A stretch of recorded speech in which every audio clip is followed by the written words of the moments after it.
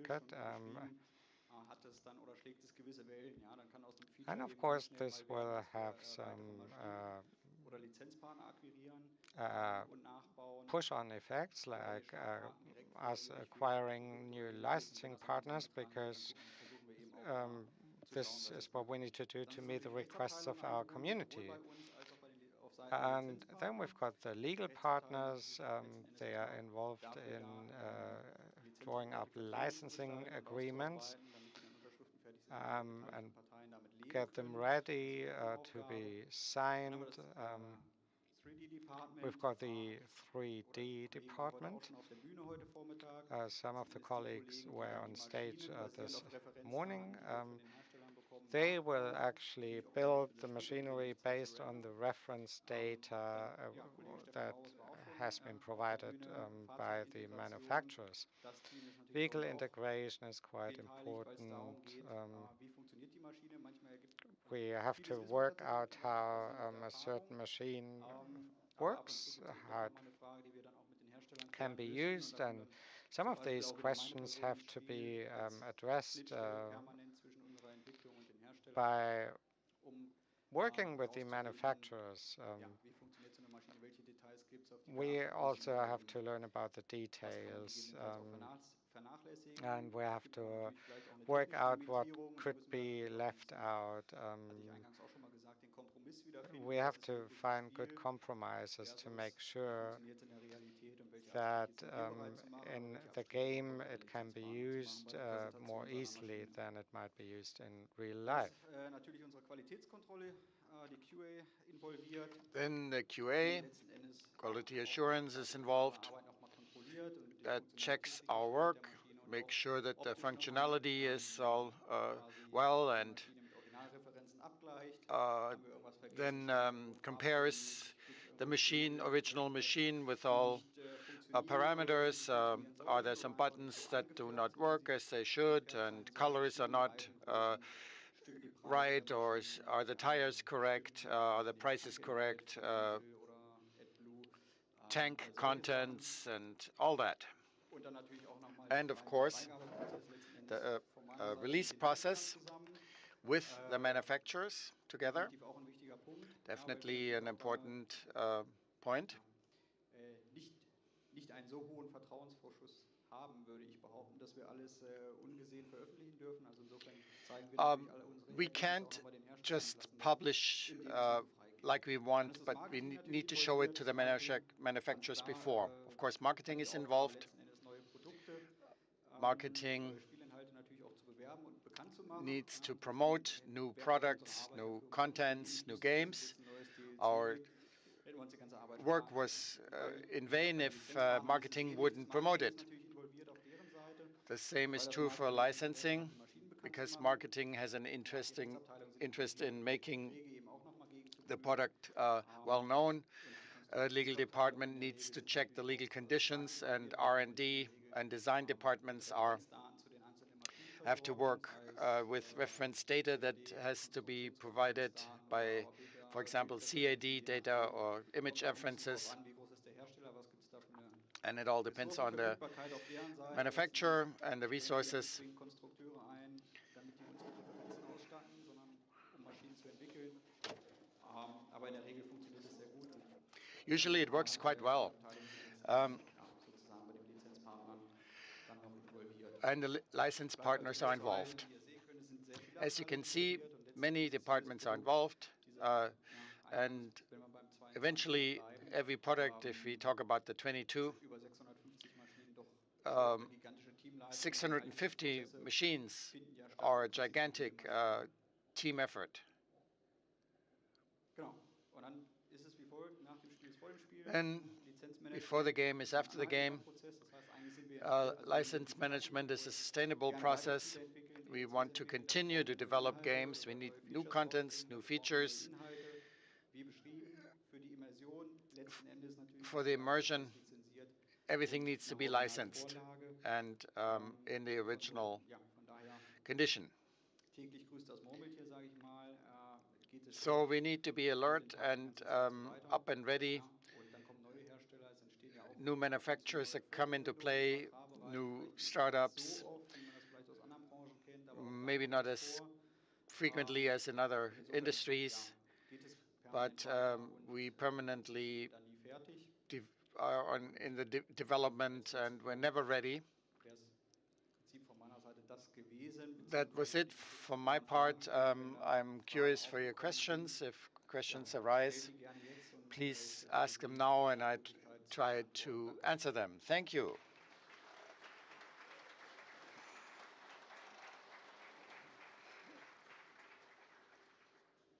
So, sehr schön.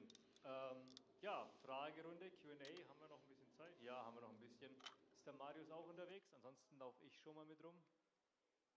Ja, noch keiner? Okay.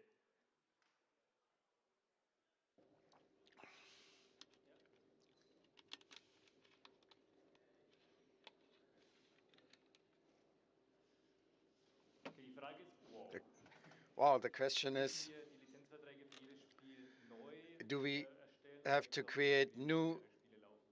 licenses for every game? Das ist eine gute Frage. Das It's kommt a ein bisschen good darauf question. an, wie sich die Rechtsabteilungen Depends on how the legal eben einigen departments untereinander. Im agree Wesentlichen what they agree upon. fokussiert sich eine Lizenz nicht unbedingt auf Licenses are eine not Spielversion, focused sondern on eher auf one eine bestimmte version of a Jahreslaufzeit. Und game, wenn but es eben on gut a läuft und die duration Jahreslaufzeit so lang gewählt ist, of, let's dass man say, zwei several Releases years. sozusagen And auf die if Beine there are stellen, two releases of a behält der certain Vertrag natürlich game, seine Gültigkeit. Und es ist the jetzt in Ordnung. contract Ansonsten müssen wir remains in eher auf die Unternehmen zugehen und entsprechend effect. sagen, hier, And we der need to Lizenzvertrag, address der the läuft aus. companies. Hättet ihr Look, we Interesse, have a die neue license contract Kooperation that bisher? Habt ihr is euch Spaß ending, gelassen, and seid ihr did you zufrieden? like the Dann können wir morgen cooperation? offen Can you darüber weiter imagine fortzufahren. to extend the expiration of the license?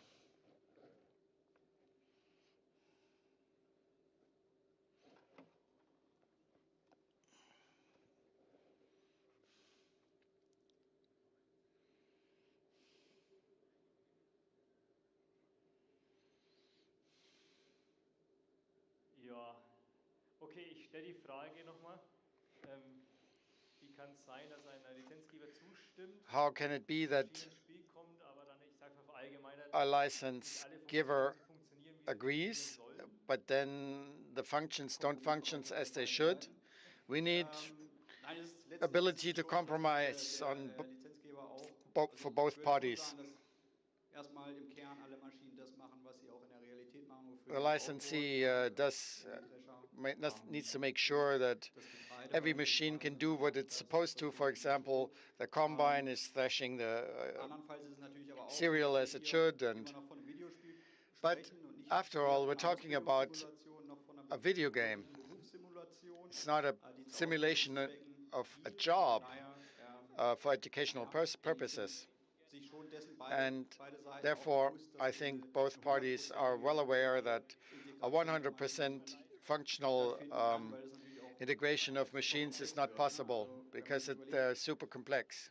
mittlerweile ist es ein bisschen anders, aber wenn man sich überlegt, Meanwhile, die it has Mähdreschergeneration changed. vielleicht vor Let's 10 say the Jahren, wo es combine auch ein generation 10 Fahrer years noch die ago, Skills haben musste, um die the Maschine driver had to einstellen zu have a lot of können, skills eben möglichst wenig Verlustkorn oder wie auch immer with sauber einzustellen. a small amount of War wahrscheinlich auch loss für in manche terms Landwirte of grains. überfordert. Some Das heißt, wir farmers möchten were aber over einen einfachen challenged, Zugang zu den Produkten, die zum and Spiel haben, in order wirklich for zeigen, our wo kann ich bessere customers to Bedingungen, have an vernünftige easier Bedingungen kriegen. access to the product So, with bin hier full ganz hinten functionality. mittlerweile. I'm here in the back. Noch eine Frage, wie können es jetzt Modder, die ja auch schon How can quasi modders bestimmte Mods rausgebracht haben von der Marke, die jetzt noch nicht landwirtschaftsnah ist, with a was wäre brand der schnellste that's Weg, diese not Marke officially zu bringen? brand Vielleicht mit dir in the sprechen oder game, andere and Möglichkeiten? they want to include it? What can they do? Can they talk to you? Das ist eine sehr gute Frage. Und That's a very zwar good question. müssten wir es da vielleicht auch noch mal ganz kurz differenzieren. Also We es ist need to natürlich einerseits die differentiate. Frage, On the one hand, geht es erstmal bei dem Mod darum, dass er auch is auf the Konsolen mod erscheinen kann, denn dafür brauchen wir eine supposed to Lizenzvereinbarung appear mit den on jeweiligen Herstellern. consoles? We need Das a ist super wichtig. license agreement with Oder geht a es tatsächlich darum, dass respective wir ihn quasi manufacturer. ins Spiel bringen? Or should Wenn we es um den bring ersten the Fall geht, empfehle ich euch brand into idealerweise, play? klopft schon mal bei dem Hersteller I an, think stellt einen Kontakt her, what zum, my im advice Zweifel eine is Kontaktperson. contact the Wenn manufacturer ihr or a entweder person unser of the manufacturer, Team oder then sagen wir contact vielleicht our unsere modding team, our Community community, Kontakt und sagt, wir sollen nach distribute the Möglichkeit contact, versuchen, für die and Konsolen die Lizenz try zu to bekommen. Dann sind wir auch gerne bereit, uns obtain darum a zu kümmern. license. Was das andere And betrifft, we're happy to assist you in ist ein that. bisschen schwierig. Also What the die other Inhalte question des is Spiels concerned, the sind nicht content wirklich of davon the abhängig, welche game Mods erscheinen. are not dependent on what mods are Dann war jetzt hier noch eine in Frage, play. sind die Lizenzverträge eher also direkt auf die Maschinen oder Are the license contracts related to the machines or the brands? I think you know what I mean. Either or, it's both. They represent the brands, the included brands, and there are also groups that have the most various brand under one roof, and we try to find an agreement with an umbrella company, and ideally in der Lizenzvereinbarung auch schon direkt die Produkte zu definieren, to define the damit gleichzeitig product das in the kommerzielle Angebot licensing vereinbart agreement. ist. The most relevant, of course, is the brand. So, ich habe jetzt die letzte Frage, wir sind schon ein bisschen drüber. Ist The aber auch last sehr question, interessant, sage ich mal. but it's an interesting one. Wie kam es denn eigentlich zustande, How dass did it ihr come mit that Volvo Construction Equipment das you Lizenzabkommen had a getroffen habt? cooperation with Ihr sind ja Volvo eigentlich so für Construction Equipment? landwirtschaftliche Sachen eigentlich anbieten. Because they're not Wie really kam so das much passiert? in the agricultural business. How did it come about? Guter Punkt.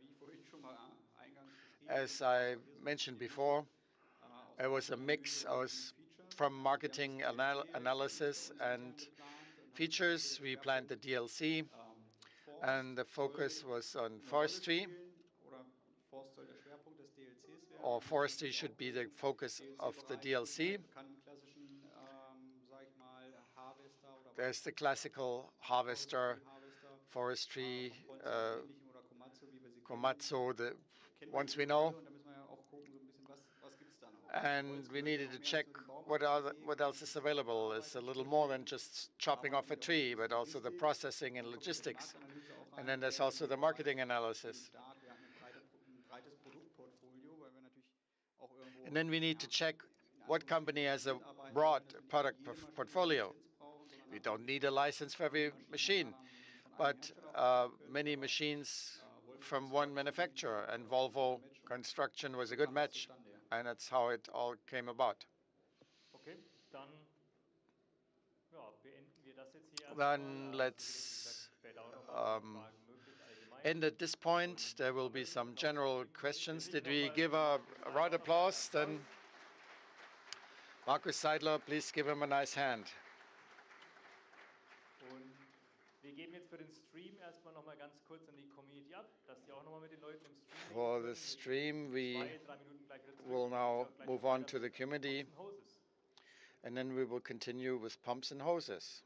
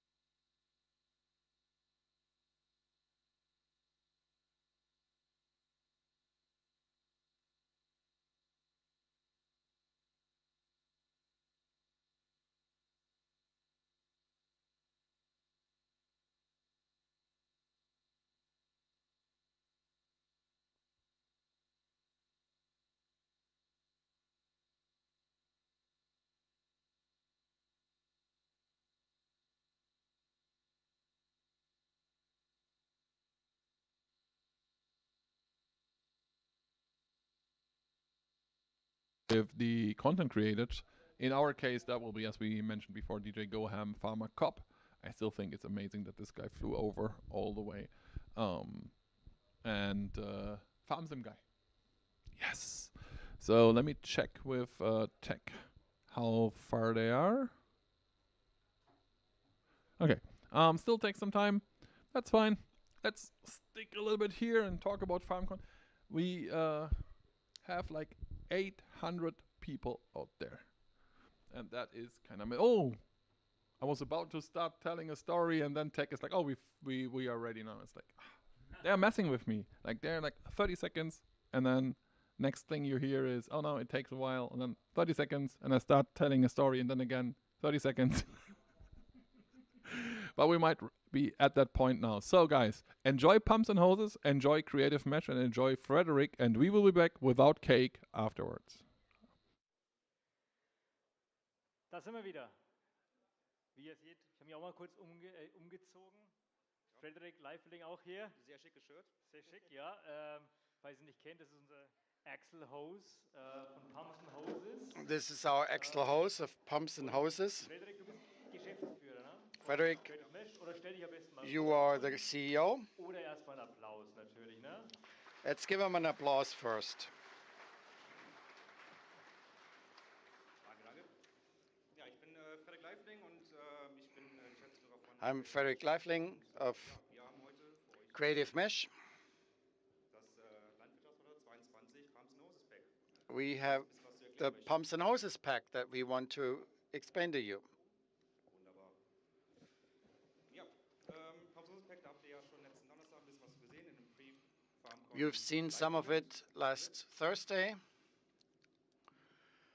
And before I'll focus on this, I want to give you some background. Creative Mesh, who is this? For some of you, we're new, and some of you have seen us with our previous products. Of course, here is the packaged straw harvest, which is a party add-on for the agriculture we've done with Aerosoft and Giant Software, and have provided as free of charge pack. Not only we have had several expansions with the Technical University of Dresden, with Lindner also, Lindner Super Cup Virtual. It's in their second season. If you're interested in it, go on their server and you can play with it and win some prizes. The flight simulator of Microsoft, we have expansions for. The FSL is quite well known. We sponsored the Team Krone, could win some prizes. Now let's continue with Creative Mesh. We have expanded our manpower, and with Vertex, we have good contact in the community. We know what they can do, what they have up their sleeves, and some of them have been included on our team. And that's only a part. Some of them had to stay home. I'm going to say hello in the stream. The rest of them is here on the left. Thank you for all of your efforts in the past months and years. Yeah, let's give them a big round of applause, all of those that have contributed to it.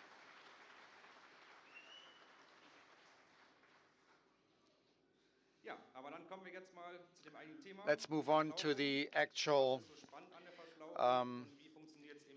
system, the umbilical systems. It's a new form of manure delivery. And when you look at the two pictures, you see the conventional delivery with large tanks, with a lot of manure, a lot of weight. It has impact on the soil. It is dependent on the weather, We have to check whether the soil has enough load-bearing capacity. Often the tank is full, but it's more flexible and the costs are less. Then the umbilical system, a lot less is we trail. The pressure on the soil is reduced. We only need to travel over the soil once. The yield and delivery of the manure can be done when it's moist, and the same tractor that's used on the field is not used on the field and on the road. The density of planning is high. We need to make sure where we route the hoses and that make sure that the hose is not too short. Here you see the notion behind it. We don't have to transport the manure to the field with extra vehicles. We can take it from the farm directly and directly pump it to the field. And it's laid in an S curve. It's the delivery hose and delivered onto the field. If you don't want to pump it from the silo, you can use vehicles to transport it. Here's a little video how it's done in reality. This is our partner Schouten. You see all the vehicles that we need for it. PV 120 directly placed at the manure pit.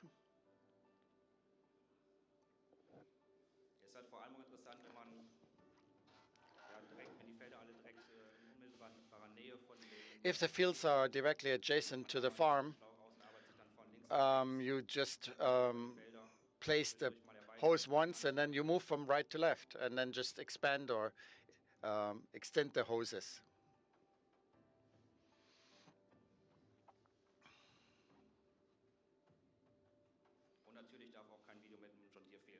Of course, we can't have a video with a John Deere tractor.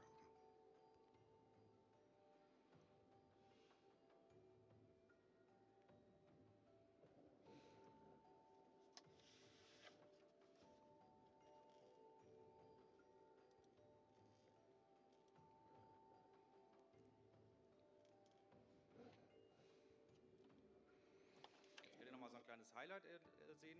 Den Aushub von dem Injektor hinten dran. Welches mir natürlich auch möglichst detailgetreu Here's the ejector, Landwirtschaftssimulator. and I have tried to implement it with the simulator.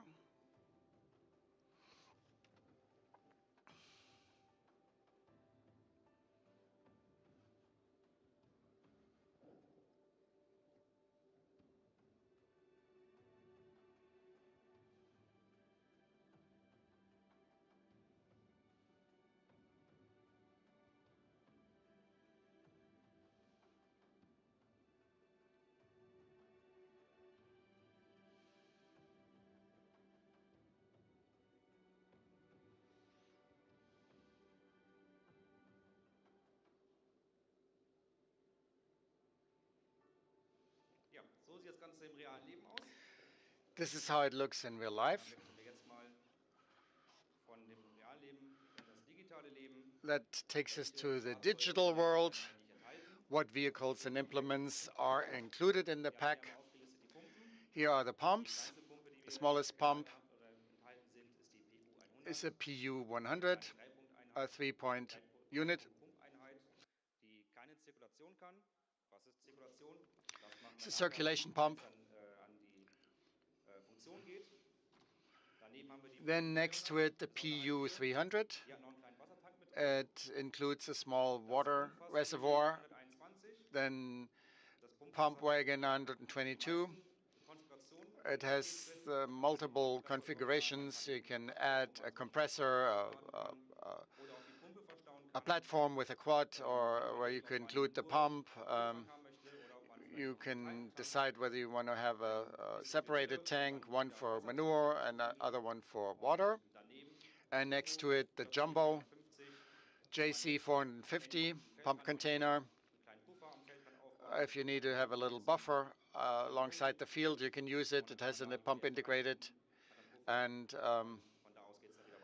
from there, you can move on to the field. How do we unwind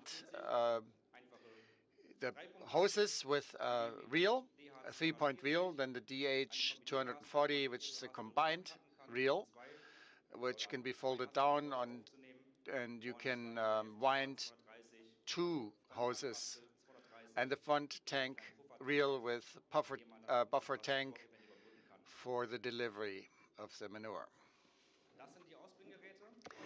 Those are the delivery implements, the SP8040SS. It's an integrated system where the hose is coupled. It's very light, 8 meters wide.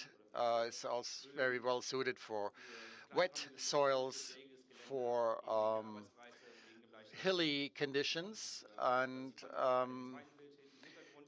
you see in the back the delivery unit.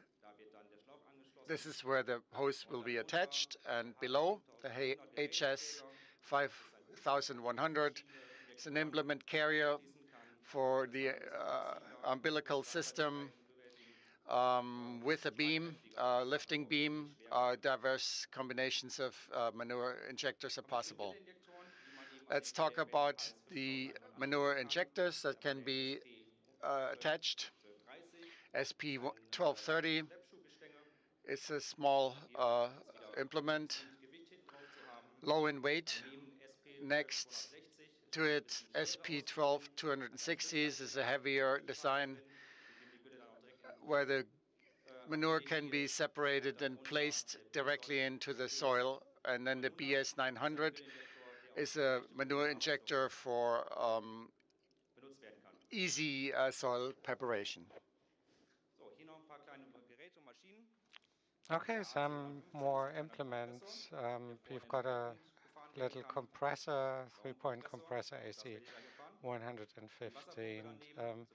Why do you need that? I'll tell you in a minute. Then you've got a water pump for water supplies.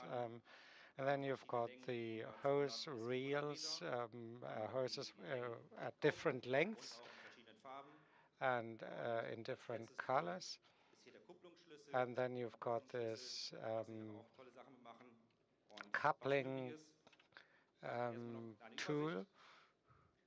And this is just an overview of the equipment presented so far, but this is not all.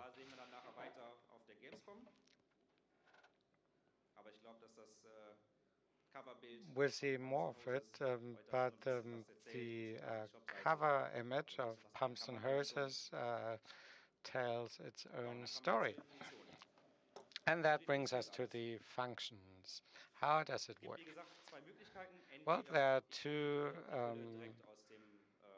ways of doing it. You can actually supply liquid manure onto the field straight from the cow's shed, as it were. And second, you can use a tank vehicle to supply liquid manure to your fields and will actually feed it into your umbilical system at the edge of the field. You can buy hoses on pallets, and you can just actually lay out hoses from the farm out into the fields. You can lay them in an S-curve to have some leeway and in order to make sure that the hose will not be too tight and taut. And then you will use the coupling key, which is used to just join various hoses to one another. And that will enable you to to lay out hoses from one end of the map to the other. And coupling keys are also used to to move the ends towards one another, so as to enable coupling. And at the other end of the hose or the umbilical system, you will fit a spreading unit, an injector unit. The tool carrier has to be fitted with an injector proper. And then you can just actually fit the hose onto the end of this spreading unit. And the pump will be controlled by the spreading unit. So if you actually rev up the tractor engine, then you will also get your pump running. You can also vary your throughput. The pump without a circular mode needs more time. So what is a circular mode? Well, if you have a circular mode, the pump the pump will keep on running so as to maintain the pressure.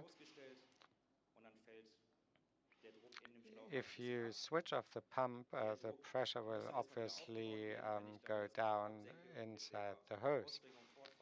And if you want to continue your spreading operation, you will have to start up the pump first. If the hose is too long or if it has got blocked, the spreading quantity might not be sufficient, and then you get this striped pattern. So I need a strong enough pump that is sufficiently strong for the length of the hose employed. And then you will actually get even spreading. And in addition, you can also use the front tank reel, and that will just actually supply some preload of liquid manure.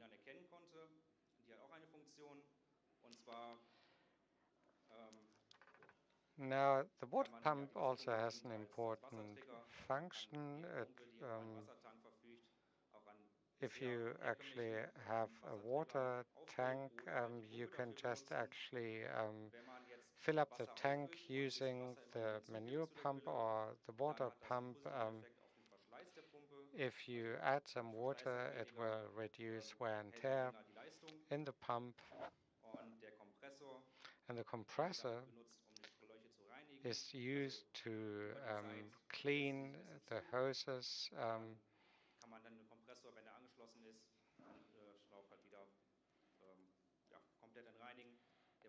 So once you have fitted the compressor onto the hosing system, well, this will help you purge the hoses and improve your throughput. And we also want to provide that nice function to our gamers. And let's just try it out in the game.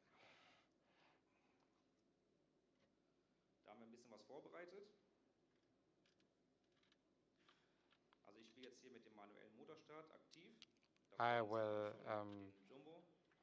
use. Man sieht nichts. Danke für den Hinweis.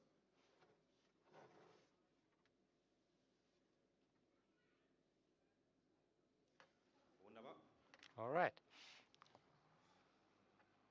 So. Hier sei noch kurz gesagt, also das ist jetzt noch nicht die finale Version, also wenn So irgendwo this mal ein is not Glitch the drin ist oder final so, version yet. schaut bitte drüber hinweg. If there are some little glitches, just ignore them. So, wir füllen jetzt hier vorne den Jumbo auf. Okay, we'll fill up the jumbo. Auf der anderen Seite steht auch schon die Wasserpumpe. On the other side, you've got the water pump. How do you activate it? Well, Drück B und jetzt fördert sie halt Wasser in den Tank von dem Jumbo.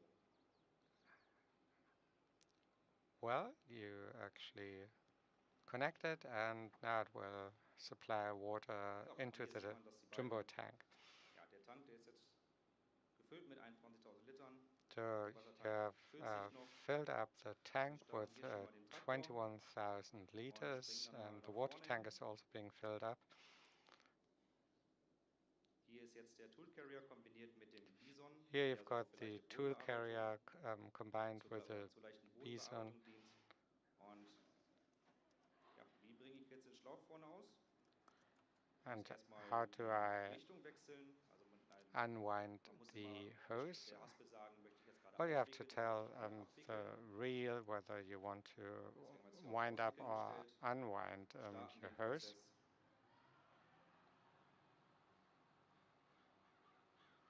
Und hier sieht man jetzt, wie sich der Schlauch abwickelt. And here you can see how the hose is being laid out.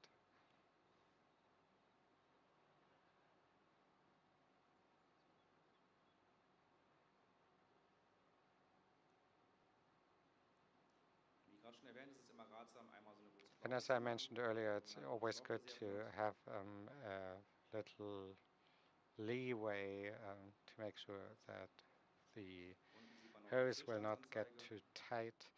Und was man jetzt gleich sehen wird, And you also have your der filling orange Schlauch ist gauge jetzt down abgewickelt, below. aber es befindet sich noch einer drauf.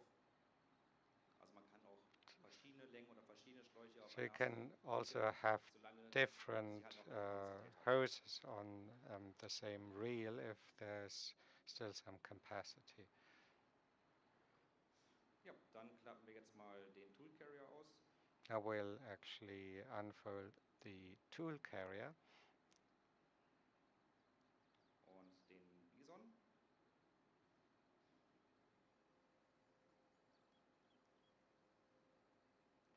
And the bison.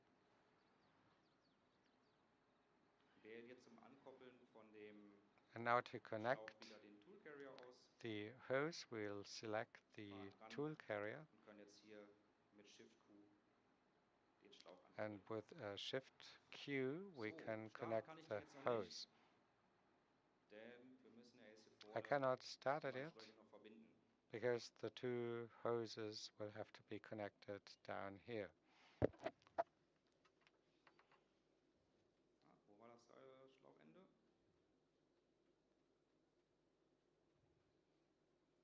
Ja, da haben wir es. Also, den Kupplungsschlüssel ausgewählt, einmal hingegangen So I've und jetzt sind die verbunden. taken Switch hier the nochmal schnell durch. connector So. key or coupling key. Und ganz wichtig, die Steuerung bei dem Tool Carrier funktioniert nicht über die ganz normale Heb- And und Senkautomatik. the Also control das carrier is not lifted eigene up Prozess. or Hier ist der brought Steuerknopf down etwas by the verzerrt. normal Wir haben gerade schon eine Fehlermeldung bekommen, um, dass die lifting Pumpe noch nicht aktiv device. ist. We've Ja, just also der received an 40 error oder 50. message telling us that Springen the wir mal eben pump is rein, not active yet. aktivieren die Pumpe. Wir sehen schon, der Drehzahlmesser geht schon ganz schön hoch. Und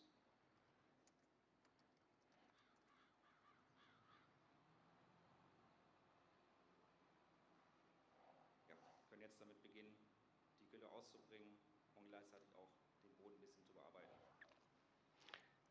And now we can actually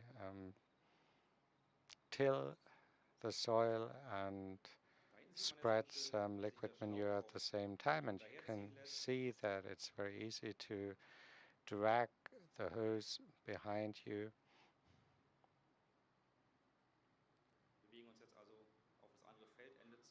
So we are moving towards the far end of the field.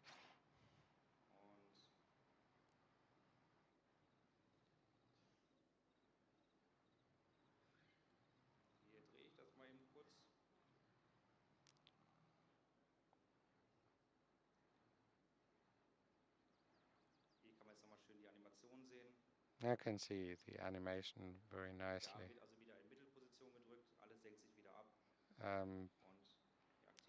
It will be centered before it is lowered.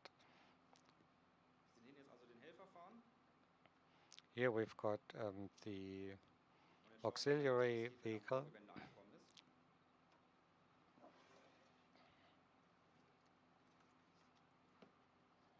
And let's see what happens when it arrives at the headland.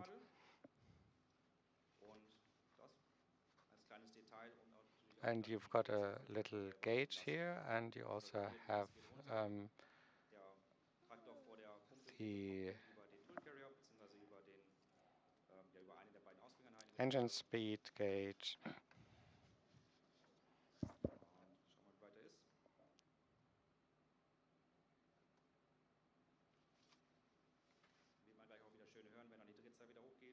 And when it revs up, you can also hear it. Now the pressure increases and the engine speed increases as well.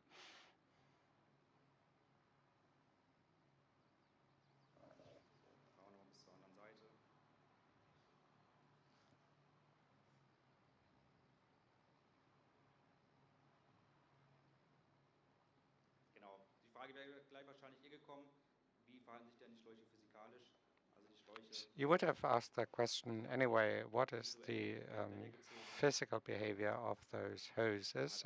Well, they are just dragged behind, and we just want to make sure that they will not get jammed or stuck.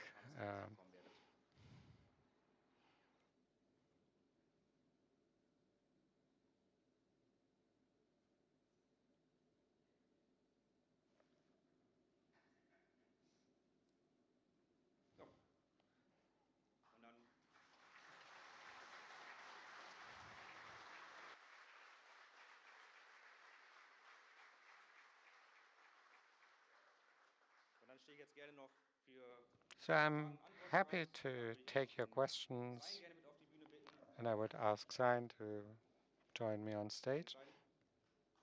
Thank you. He was responsible for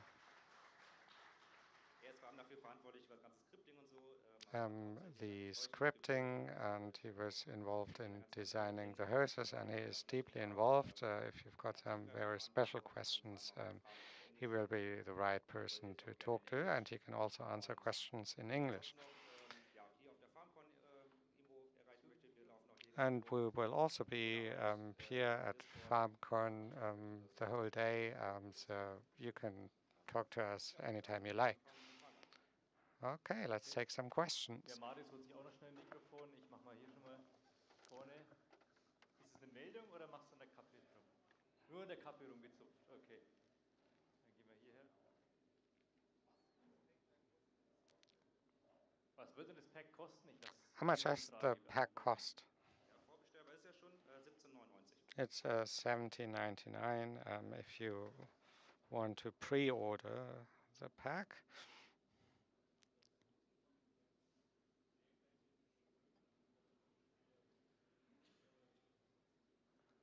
Hat das Pack monetär oder spielerisch an sich einen Vorteil für den Spieler auch?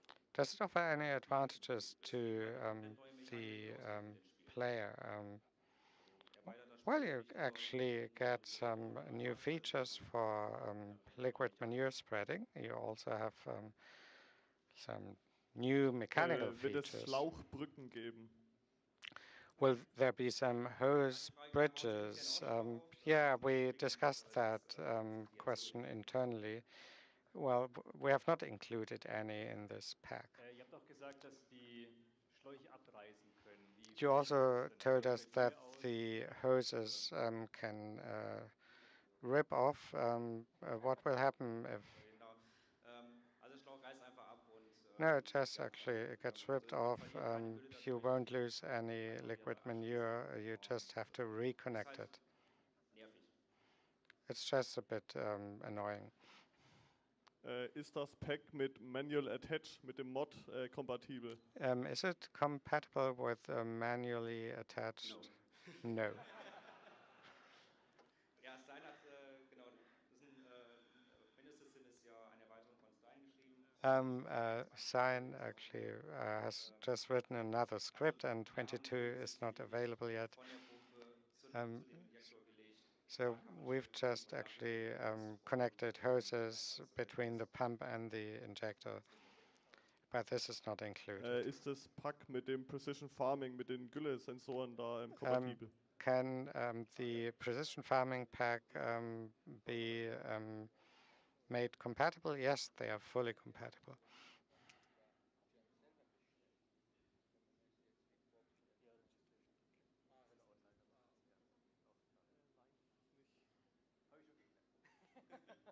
Oder hört man mich?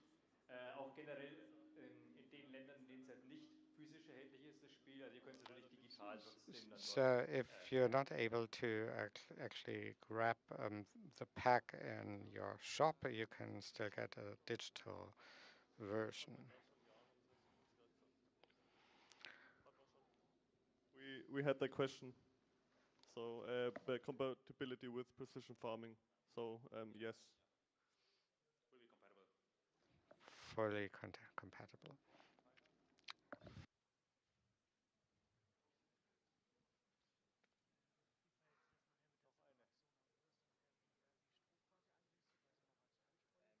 her vom Tracker? Wo fängt denn das an? Also wie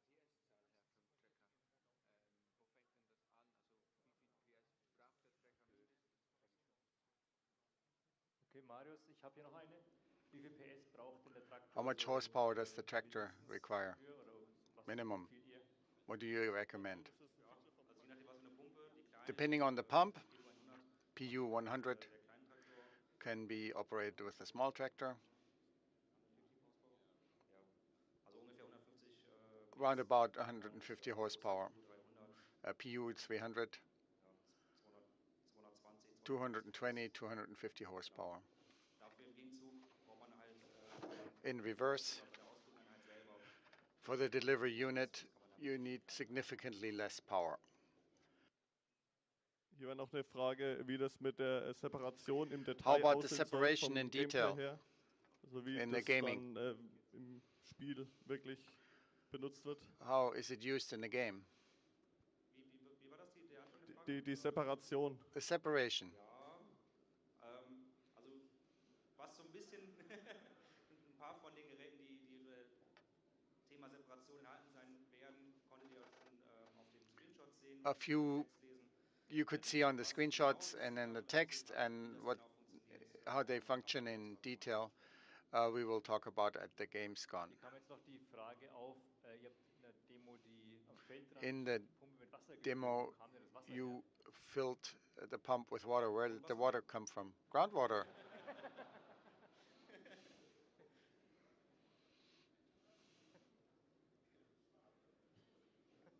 Ja, wir haben halt geschaut, dem Kompressor bzw. der Pumpe halt noch eine Funktion zu geben. We wanted to give the compressor and the pump a function Alles die ganze Mechanik und so. Und to kind of deepen the mechanics. Sowas gibt's öfter, ja. That occurs Ja, quite frequently. ob das Pack auch mit Courseplay funktioniert. Does the pack also work with curve play? Ehrlich gesagt können wir dazu gerade noch nichts zu sagen. I don't think we can comment on that. Wir stehen halt auch mit Entwicklern über Discord von Curseplay in Kontakt und There's a collaboration with developers, but we cannot really make a statement. Kann man die Wasserpumpe auch nutzen, um zum Beispiel Wasser in Kuhstelle reinzupumpen. Can the water pump be used to pump water into cow stables? Sollte funktionieren, damit auch andere Should work. ja, Tankwagen so aufzufüllen. Also to fill other Tatsächlich nicht. tank wagons, but should work, yes. War eine gute Frage. It's a good question. Gleich mal in die QA schicken. Oh, DJ. Oh, Englisch-Wort. Now this guy, he's asking way too many questions, this guy. Marius, hast du eine? Nein? Okay. For what? Yeah. DJ Goem can talk. Yeah, okay. No. Yeah, let's go him. So what happens if you forget that you're connected and you just drive away? Stein. Yeah. So when you drive away with a connected host, and Yes. it stretches, it stretches the host to a certain amount, and then it detached. So be careful. I'll do my best. Yes. He's gonna try it out definitely. Yeah. Okay. Oh ja, ein bisschen Zeit haben wir noch. Ah, Marius, bist du auf dem Weg?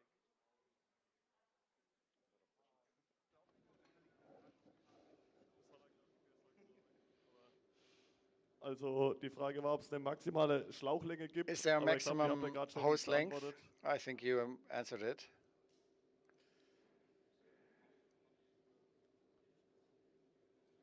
Also bis jetzt ist da kein Limit. Oh, da gibt's nochmal. There's no limit at this point.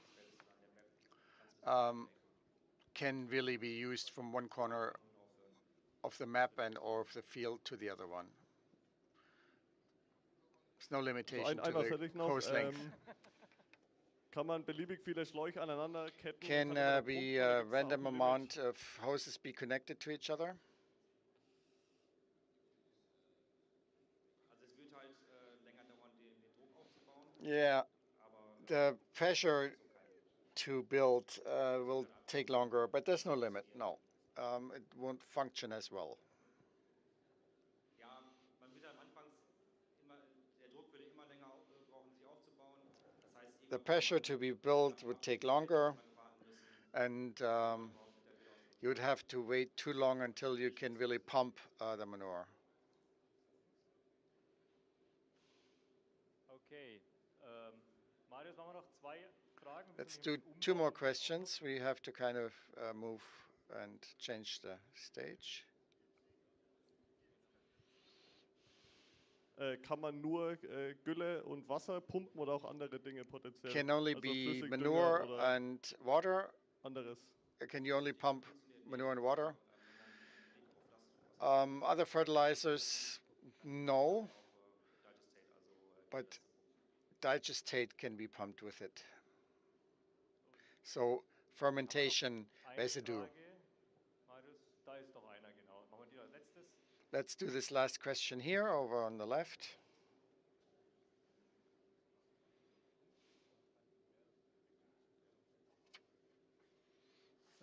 Kann der Pumpweg aufgeteilt werden, dass The man pump travel, an can it einer be Stelle zu mehreren subdivided Feldern sich aufteilt? from one point to several fields? No, not in one segment. You can have couplings between and remount, and we don't have adapters that work for that kind of application.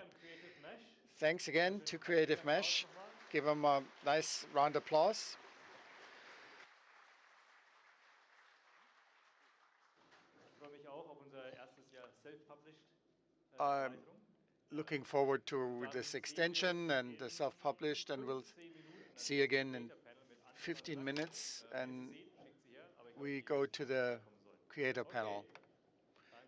Thank you. Hey. Back. Yeah, we're back.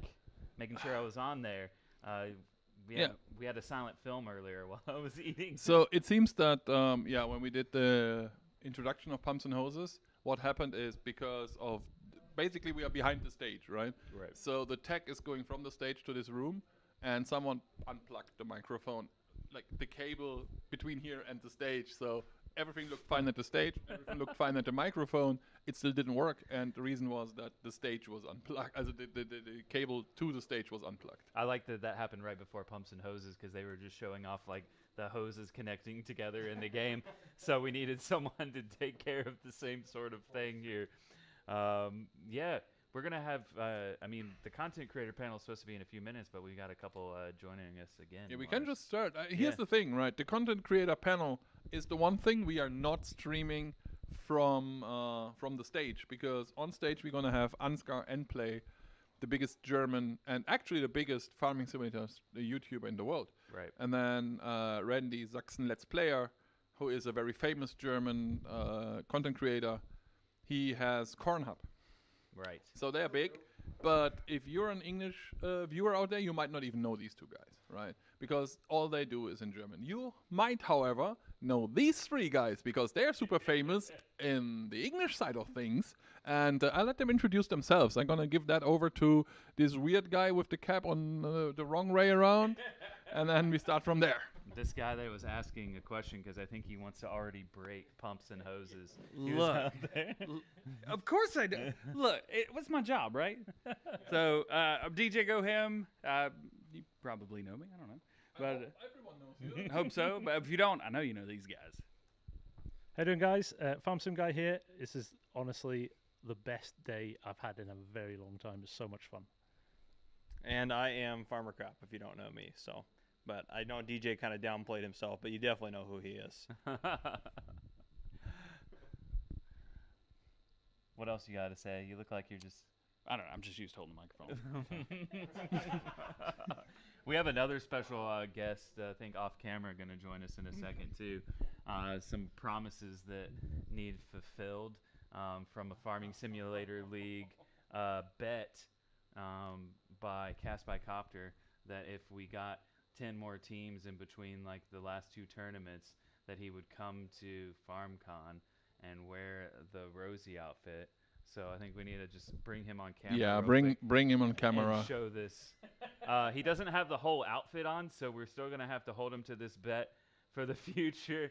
But we do. We have fulfilled part of the promise, and yeah. Now move away off camera. It was funny when he said that, and then basically Klaus was like, "Yeah, we can get 10 teams. Like they'll register, and then we'll just put them in there. So you have to show up and wear the costume." But you know what? Jockey said it earlier. It'd probably be a human rights violation if we put him in the full outfit because of how hot it is. Yeah, today. it's very warm in Germany right now, so that would just not be a good idea. So let's talk about the panel very quick. What is this all about? We know that a lot of people out there are wondering what it means to be a content creator. How did you become famous? You know, all these things. At least in Germany, and I'm quite sure that is the case for the rest of the world or part of the world as well. Young kids want to be content creators. This is the number one thing right now for kids. They're like, oh my God, I would love to be a YouTuber, or I would love to be a Twitch streamer, or whatever.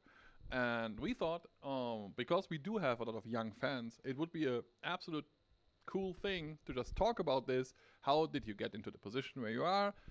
Can you make a living out of it? If yes, would you do it again? These things, like just talk through your career, basically, ups and downs. Maybe you can share some funny moments. You can even share some scary moments if you have some. You know, all these things. Just have a nice talk. I think it's half an hour.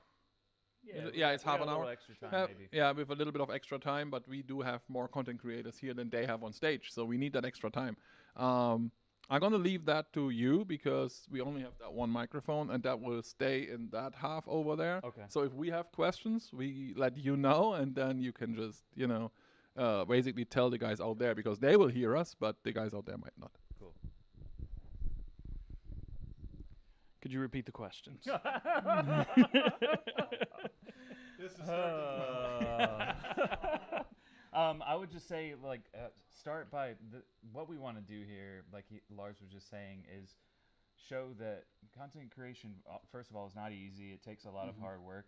In fact, you've been with us for like the last week at TwitchCon and Yeah. such, and from like the first day, you were like, You didn't know how to function without your normal routine. Like, Yeah. I got to get these videos out, right? He's been like, I can't go to sleep. I need 3 more videos. yeah, I need Yeah, 3 more my- videos. So, I mean, first of all, like, talk a bit about content creation and like why you got started in it. I think let's start at the beginning. Maybe. Okay. So I started making Farming Simulator videos because I enjoyed watching them and I enjoyed playing the game. And I thought maybe people would be interested in the videos that I would make, whether it be a gameplay video or like a mod review video, something like that. News wasn't even on the radar at that point. So I just thought that, if I'm watching these guys and enjoying it, maybe they or other people would enjoy what I could make.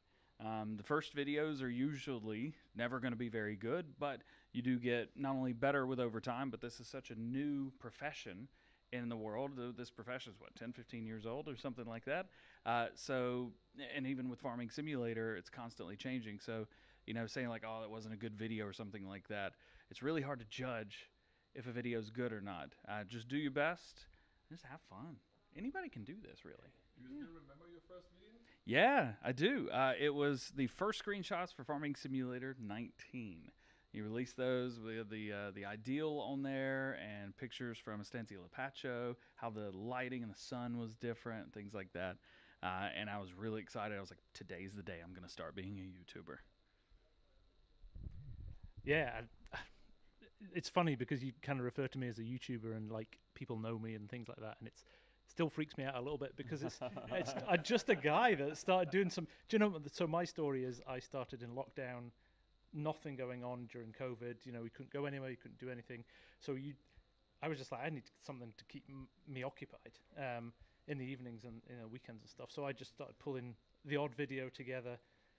Got a little bit of traction. I mean, when I say a little bit of traction, I had like 30 subs, something like that. And when I got a video that had 100 views, I was like, oh my god, this is incredible. And actually, he doesn't do farm sim stuff anymore, but Silver News, I sent him an email and said, hey, I've just started a channel. Any tips? Could you help me out? How do you get to where you got to? And it's a really good example of how good this community is from a supportive perspective. That he was like he 48,000 subs at the time, and he gave me so much time and explained stuff to me, and just was brilliant and shouted out my channel, and that gave it a little boost, and it kind of snowballed from there really. And it's just been a really good ride right up until now. And like today is surreal. And Farmer Cop and I were saying at lunchtime, it's just like you kind of pinch yourself a little bit because it's that surreal, but in a brilliant way as well. So, and it's just been, there are times when you kind of get stressed out because you've got content and you don't want to let people down. But as DJ said, key is have fun. And I've had a few times where you kind of start to panic about what you're doing and overthink it too much and things like that. But actually, do you know what? If you miss a day, if you miss a vid, I guarantee you there's nobody in our communities that's sitting, hanging, or like refreshing, going, why isn't their video up to date? But when the stuff arrives, they'll flock to it and they'll watch it. And that's what makes it feel good is and the conversation that you have on streams and things like that. And it's just such a great community. If that's the thing I take away from it, is just the people that watch are so genuinely passionate about the game and everything that comes with it, that it's a really rewarding situation to be in, Right. just generating that content and putting it out there. But Purbeck Valley, that's what I started on. That was your first video? And it was cool. Yeah. And well, you just gave such a great answer that the other two guys can leave now, and we'll just talk to you the rest of the time. Yeah, you don't need to hear anything from me now. That did that. Yeah, what he said. No, but I mean, I started similar situation. I'm a police officer, so I used to work a lot of overtime and stuff like that. And then when COVID happened and everything like that, that's why it's called Farmer Cop. Yeah. That's like the number one question I get. Are you a police officer? I'm like I am. But anyhow, diverting from that. But so I was like, I would watch. I would play a lot of video games, and I'd play mostly Farm Sim. That's my favorite game, of course. But I'd play that, and I'd watch Mr. Silly P. That was who I watched. That was my go-to. I didn't watch hadn't heard of anyone else. Like I wasn't into watching gaming videos on YouTube or anything like that. But I started watching Mr. Silly P just while I played Farming Simulator and did that. And then from Mr. Silly P, I found other people that did it, like DJ and yeah, from there I was like, you know what? Maybe I could just try this and see how it goes. So I just started uploading videos. I didn't. Yeah, the fact that anyone watched them ever still blows my mind. But and the fact that my channel has as many subscribers as it does now, and just doing this for 2.5 years is, I still really can't handle it. I think, and just the fact that I'm here in Germany talking with the people that work for and the company that built like the greatest game ever is amazing. Not to try to suck up too much, but it's like You're already here. You don't have to butter us up too much, right? But it's just really cool because it's like I never would have thought that. And then with like the farm sim community in terms of like how it is as a community, the one thing that I was like worried about as my channel started to grow, I was like, the last thing I want to do is like worry about like trying to like feel like I have to compete with other channels or anything like that. And I've never felt like I've had to do that. It's like we all do something different. We're all genuine. We all bring something different to the table. And most of the people that watch me or Farm Sim Guy or DJ, they watch all these other channels as well.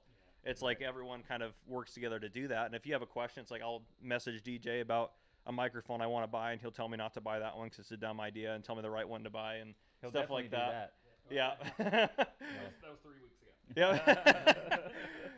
But yeah, just a great community where you actually feel like you're part of something a little bit bigger, where everyone builds each other up as opposed to you're trying to compete. And I know Farming Simulator is not a competitive game, but the community is so cool. And the people I've met through this is something I didn't expect to have happen, where I've met people like, well, you guys from either from the other side of the United States or the other side of the world. It's like you meet people that are so cool doing this, and I met so many people from all over the world that I would have never met if I'd never done this. And I think that's probably one of my favorite parts about it.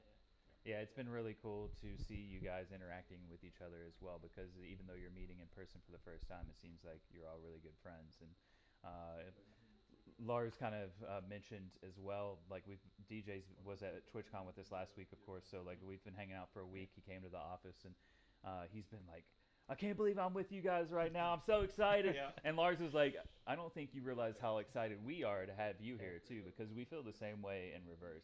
I actually saw a question in chat that was really good, and this isn't like a planned question, but you already touched on it a bit. And let's start back with Farmer Cop again. But they were asking like, who were you watching on YouTube before like you started creating videos of your own? And you mentioned Mr. CBP, who was in chat earlier. I think he's been like he's been an inspiration to so many people in the English-speaking community. Yeah, for me, it was definitely, I think it was mostly Mr. Silly P, and then I can't get enough. I mean, I watch Farm Sim News when it comes out, because you got to have that. I'll be sitting at work watching that. My coworkers make fun of me. They're like, what are you watching? I'm like, Farm Sim News. Like, what else would I be watching? Yeah, I think that, and I mean, there's so many other channels that, like, just through that network, you kind of branch out. But Mr. Silly P is like I was like, that's the standard that I want to hit right there when I do gameplay. Is like, I want to hit that standard, because that was just Mr. Silly P's just so laid back, so chill, such a down to earth guy, and just watching his videos, you feel like you really like get to know him. And I mean, I've never met him in person, and I was hoping he'd come to FarmCon. I was like, I really want to meet Mr. Silly P, because I'll probably have, I'll have a little fangirl moment when I meet Mr. Silly P, I'm sure. But I mean, I have that moment as he's hopped into my live stream before, and I've had one of those. But yeah. Yeah, for me, the man, the legend, Dagwin, his survival stuff really caught me early on. But Cadet Farms as well. He was in terms of a style of play. I loved his style of play. That kind of semi-realistic, not kind of, he's a farmer.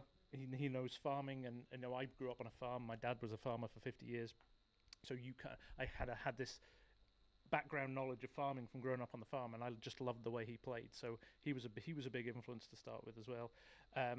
CLP as well. I mean, and then there's the established guys as they were then. But I was laughing with DJ before. I said I remember him hitting 100K, and that was like a big deal. But this guy does so much in terms of just keeping the community updated with what's going on in terms of farm sim news, in terms of daily mod review videos, and then the more humorous side of it with Farm Sim Show is just I still to this day watch this guy like literally every day, because he's such a brilliant source of information. Yeah. And then there's also those moments like the Farm Sim Show yesterday that's maybe not so brilliant. that was one of the best Farm Sim shows there ever was. It was the worst one.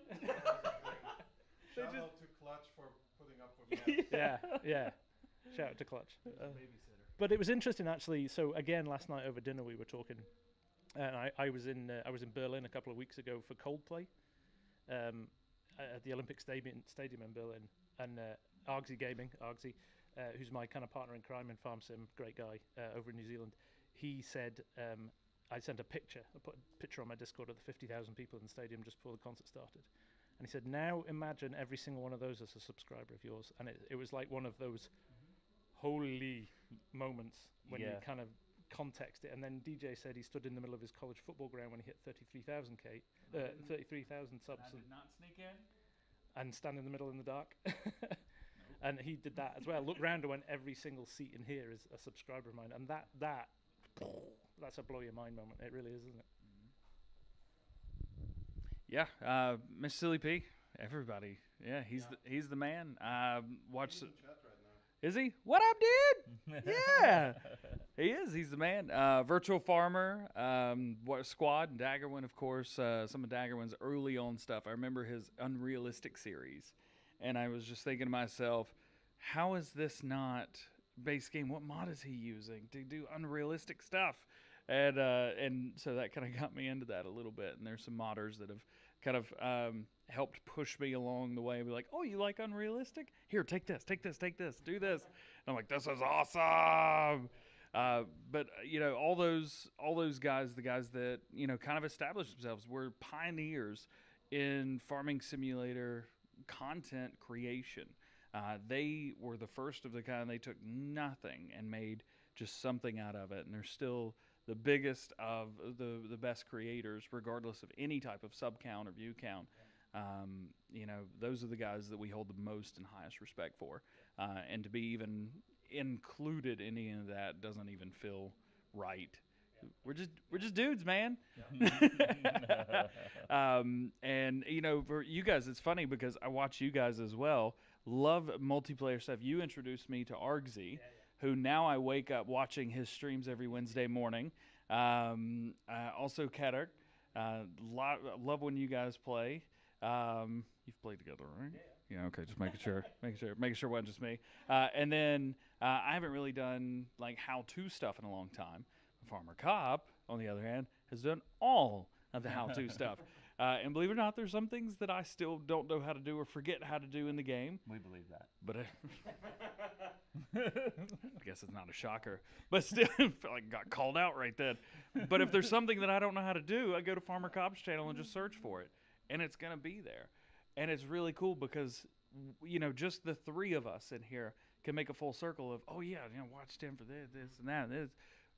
And we're just three creators. You put 5, 10 more, YouTubers or Facebook streamers in here, and it's just going to be a bigger circle of, I watched you, I did this, I did that, which should really solidify the fact that we're all here. We're all doing the same thing. There's no competition with this. Man, it's so much fun to be in this community. Yeah. I want to pass this to Lars, actually, because this is the English stream. We have these English content creators with us, Lars. These guys have all been on the spotlight streams that I've been doing, but no one knows like the German community better than you. So I wondered if you could just like briefly like summarize basically like how you feel about the German community too, and what they've been doing over the years, because that's really where this whole thing got started, and they started to spread it around the world, didn't they? Yeah, actually, the German community and I think the English community started growing pretty similar. Back in the days, it was Daggerwin, of course, CDP, and Brad M. I think he was American. That one was there. And on the German side of things, we had back in the days, there was McManus and Ansgar, of course. They have always been there. There was Gaddarol. He was a big German streamer. He's not there anymore. Carvon, Martin aus Österreich. So we did have a complete different set of streamers. And while some of them are still there, like Ansgar, he's still the biggest end play, some of them just disappeared. And I think it's interesting because the English community made the exact same thing, right? I haven't seen Bradam doing a video in ages. And there were a couple more that I just don't remember out of the top of my head that I watched, English streamers that I watched before.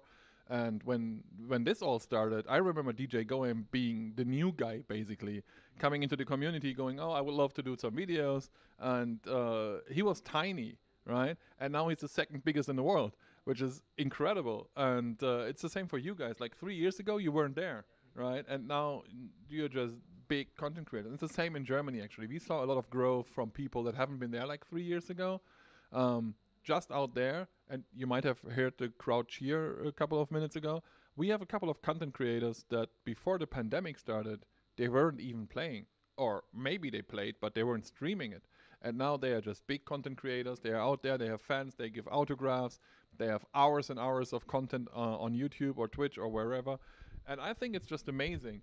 When I came into this company back in 2017, there wasn't really a community management. I was the first community manager for Giants, and bringing all these things together was so easy with this community because you guys were like, "Oh my God, CLP did this and that." When I started, I have no clue about farming. I'm not a farmer, right? I'm a city child. Like, I always say, if I wanted to see something green, I had to paint the wall green because there was no green around.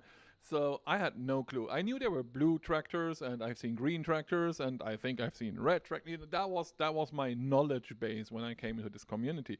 But I'm used to creating communities, and I got all the help you got from other content creators, pretty much from the same guys, like because I had no idea. So I reached out to our players and was like, "Look, I need help here. I have no idea what the hell is going on," and this community just helped me from day one.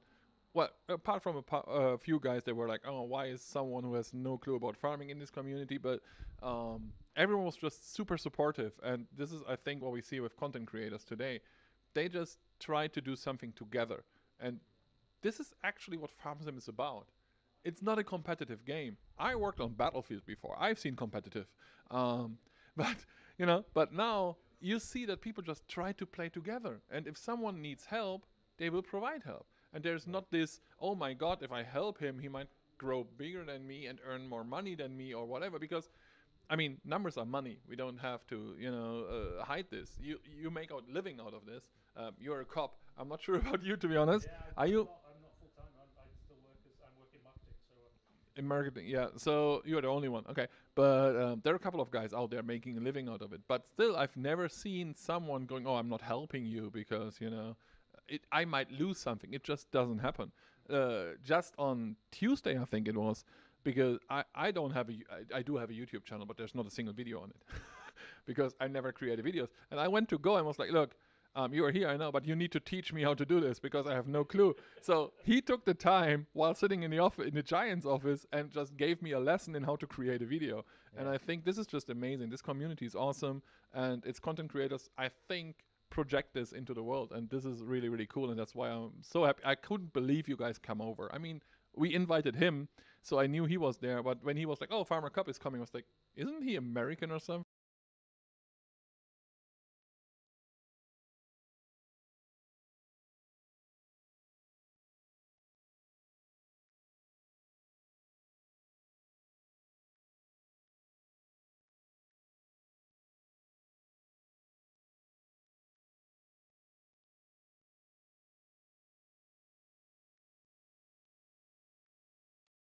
Like both in the way you were talking about with the content creators, but also the people that go and watch them as well and learn how to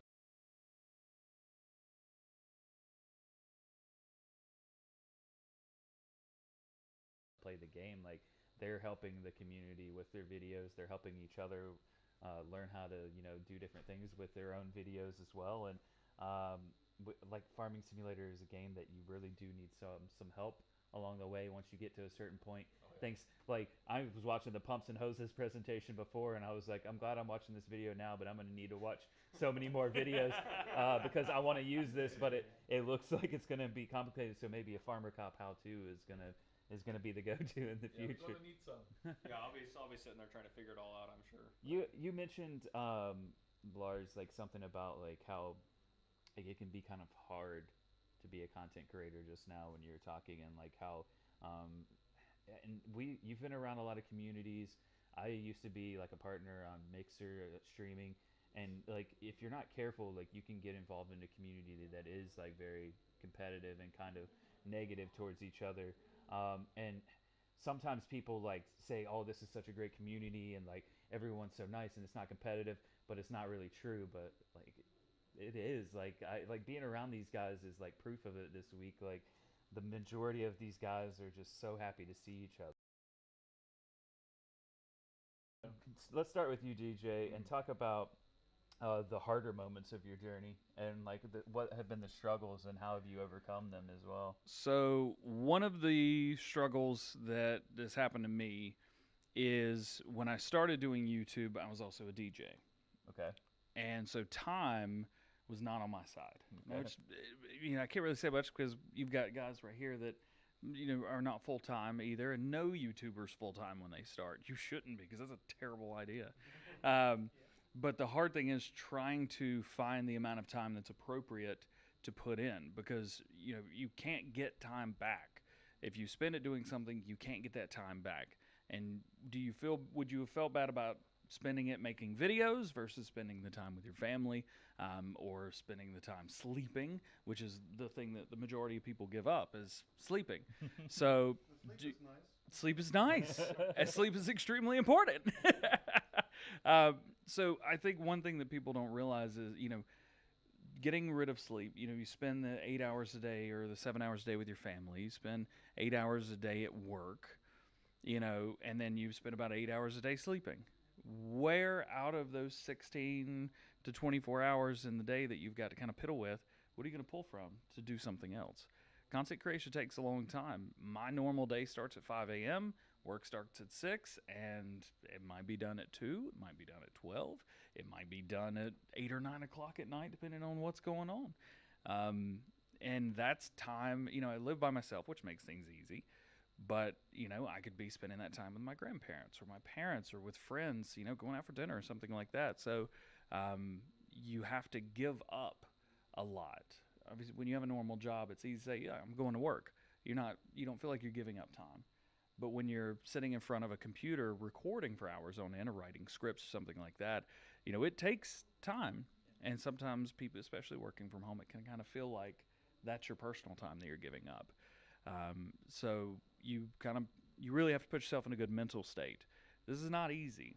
It can be easy depending on how your lifestyle is and stuff like that, but I know for me it was extremely difficult. I gave up sleep. That's what I did. And I also gave up all of the time with my friends from 2018 when I started through still now, I guess. Don't worry, he gave up sleep, but he did catch a nap in the car on the way here, didn't he? Yeah, check. That was the only time I saw him sleeping.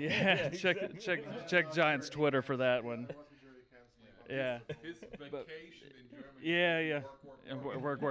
Work. So, yeah, and that's a good thing as well to say. I could be spending time with you guys, having dinner, or spending time doing this or that, or sleeping in, but got extra videos to make. I still have a job to do. My job is this. It comes first. So it's not always easy, and you have to really put yourself in a good mindset. You have to be mentally stable to do this kind of job, because it is insane, absolutely insane, some of the time that it takes. I could go on and on. Let's really quickly, Mr. CDP is in chat, and he says doing it full time is fantastic and terrifying at the same time. That's a pretty good comment from him. Sums it up brilliantly. And it's the right order as well. This is fantastic. Oh no. But what about you, Farmsim guy? You've not been around for just for a couple of years. 2 years last week since Okay. I put my first vid out. Yeah. Okay. So, and it's not lost on me that the growth I've had in 2 years, and Pharmacop's probably the same, isn't normal, right? It doesn't usually happen that quick. I think we've been incredibly lucky. But as DJ said, it is.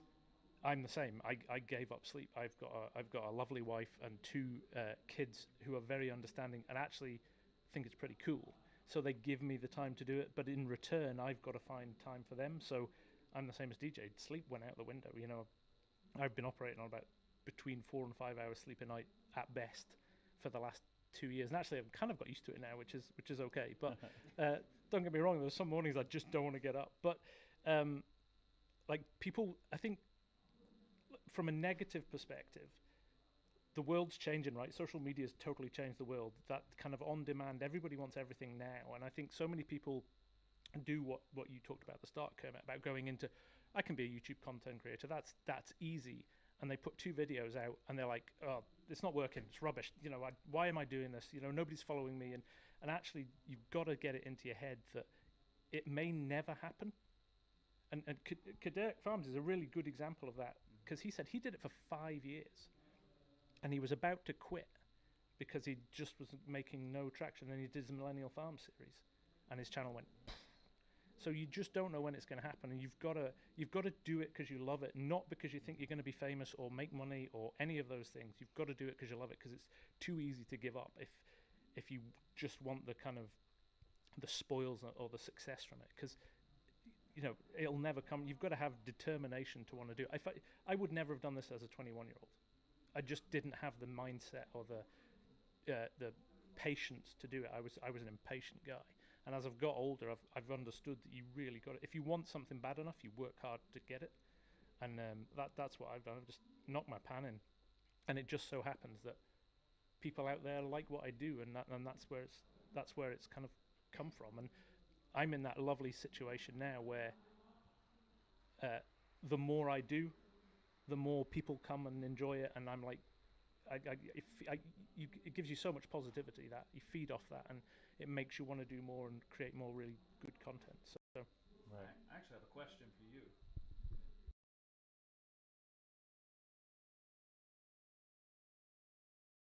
So this was interesting because it was something that I was kind of terrified of, is the prospect, not the prospect of doing really well, but what happens if it doesn't do well? How do you know when it's time to just, this isn't it? I could go work at McDonald's, but I can't cook. I can't do that job. And not everybody could do this job. How do you know? Because it could happen, and it happens to 99% of people. and that's a good question. That's got me thinking, and I think that's probably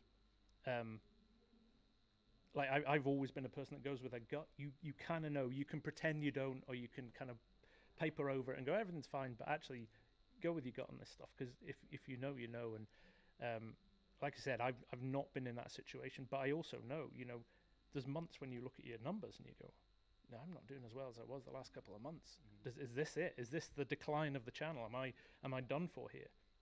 And then you put a video out that you're like, and I've done this. I'm sure you guys have done this as well. You put videos out and you go, I'm not happy with the quality of that. That isn't as good as I wanted to make it. But time or energy or desire, you're in mood up and down can change things. So so from that perspective, you put a video. But sometimes I've done those vids and I'm like, I'm not happy with that. Or damn it, I need to get some content out. And I did one of like my top 7 mods, and I threw it together. It was quite easy because I have mods that because you like the mods, it's easy to talk about them. So I recorded it and edited it really quickly, and it got something ridiculous like 250,000 views, and I was like, wow. Okay, how did that happen? Because I was like, that was a surefire tanker. That was going to go down, and it didn't. So it's peaks and troughs the whole time. You just don't know, do you? What's coming sometimes. So yeah, I think go with your gut. Always go with your gut. All right, Farmer Cop, what have been some negatives along the way for you so far in your journey over the last couple of years? I think probably, time. It's taken so much time. Like, I know we kind of talked about that, but it was like, I would spend to put together like one video, like it would, and a lot of people like don't think about even like playing a game like Farming Simulator. It's not just straight up action all the time. So it's like everything I play, every time I play that game, not all of that goes onto YouTube.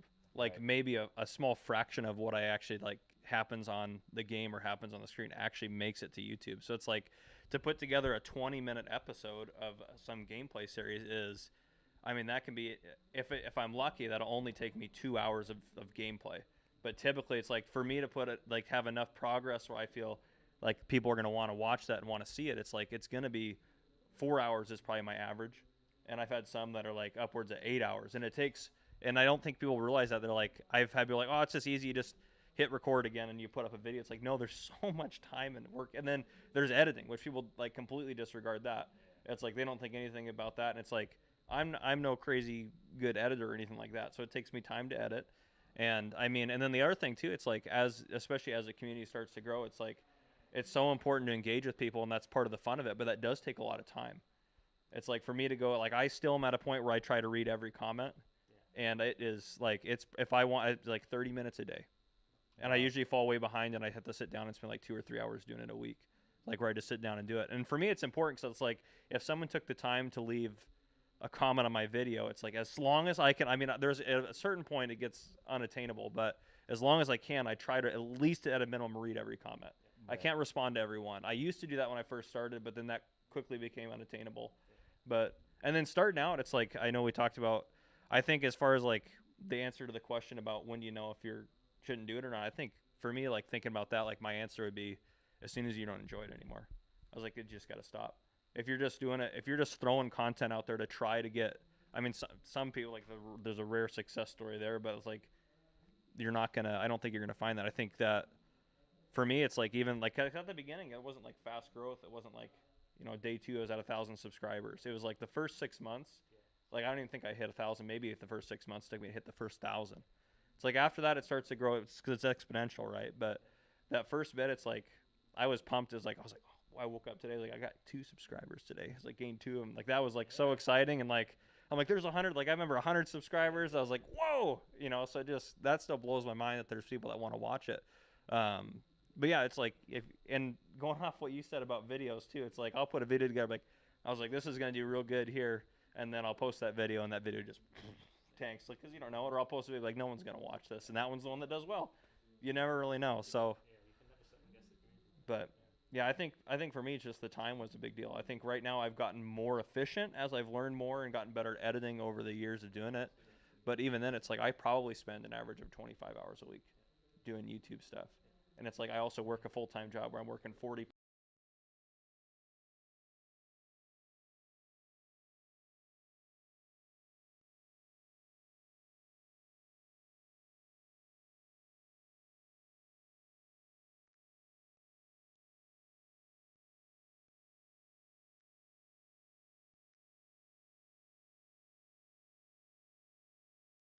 plus hours a week doing that.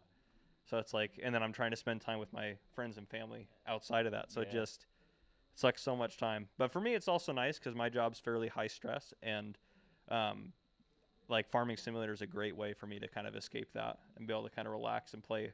It's like I don't play first-person shooter games. That doesn't even sound remotely fun to me. Nothing against anyone that plays those, but it's just not my Actually, thing. That's a good. Now that you, yeah, let's pass it to him, and I'm gonna hold my question. Yeah, because I think we prepared like 15 questions. We are at question number 2 now. And we're running out of time. And we are running out of time. But there is one question I really want to just add to, because I think it could be hilarious to hear the answers. So, I mean, you guys are doing this for a couple of years now. Actually, there are 2 questions that I would like to ask you. The first one is almost answered, so it will be a quick one, but it should be super interesting for everyone out there thinking about creating videos. And it's basically how much time a day do you actually spend on average? Especially from Goham, because he's doing it full time, right? For you guys, the answer is probably like 2, 3, 4 hours, whatever you can cut from your sleep schedule. But for him, as he's doing it full time, it would be interesting, because people out there, as you said, are like, oh, this is a 10-minute video. It will take them probably like 15 minutes of work, right? Because they record it for like 11 minutes and then just put the intro and the outro, upload it. That's 15 minutes and they earn money. Fuck it.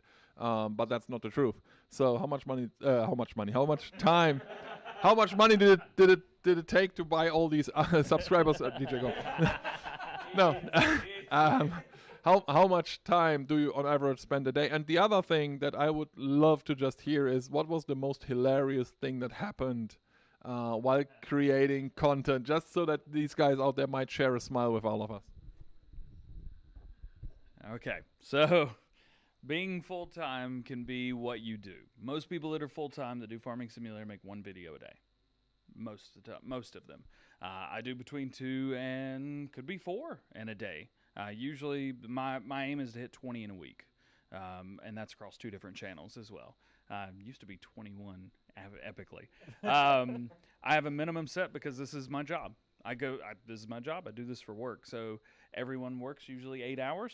So I have a thing from 6 o'clock until 2 o'clock. That is the work day. You work. You get 30 minutes for lunch, usually around 10:30 or 11 for me, and I go to work, clock in, and I make sure that I do that, because if you don't, you find yourself putting in as little time as possible, and this is not a job for that. You need to put as much time as possible because your viewers are watching you. They're spending their time watching. you owe it to them to be able to put as much effort as you can into it as well. That being said, I put in usually 10 to 12 hours a day, on average 6 days a week. The other 1 day a week is on Saturdays, and I usually do 4 to 6 hours. And the funny thing that happened to me is when I was recording one of my news videos one time after I moved, I hit go live instead of record, and I started reading the script with a blank page for my voiceover to a couple hundred people, which was hilarious. Yeah, time for me, similar. You know, real job, got to hold it down.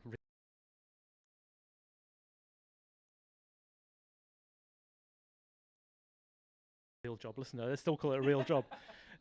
So yeah, I work kind of 9 till 5, 6-ish most days.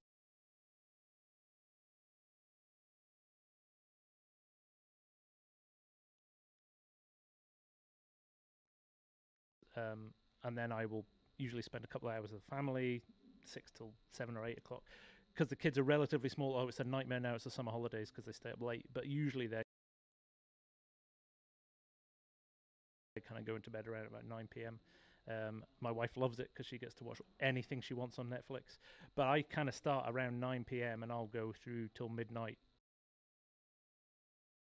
2 a.m. most nights. Either that's streaming or editing, and that's one thing we should touch on. You've got to love the process. It's not just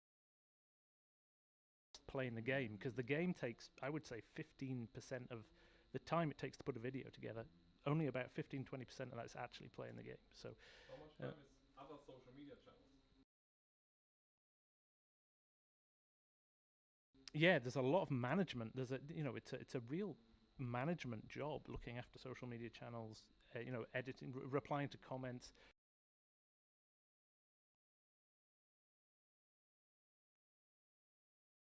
sharing stuff on other channels and things like that. So yeah, it's huge. The amount of time that it takes is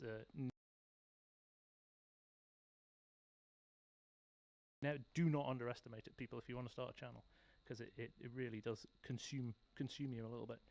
And the funniest thing, which is an ongoing funny thing, which happens all of the time, and my community rip me for it all of the time, is my ability to not turn my mic on at the start of a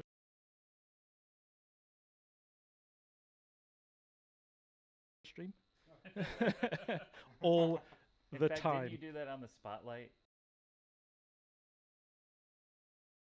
as well? Like, was that No, you? I was okay on the spotlight, but you forgot to turn your mic on, which was ironic. Oh yeah. Okay. That's what it was. We're great. Yeah, consummate professionals, right? I did it on purpose. Yeah, I think for me it depends on the day. So I work my current schedule. I get a new schedule from my job every 4 months. I get a new schedule. Either I'm on day shift, swing shift, or graveyard. If I work day shift, it's 7 a.m. to 5 p.m. If I work swing shift, it's either 2 p.m. to midnight or it's 4 p.m. to 2 a.m.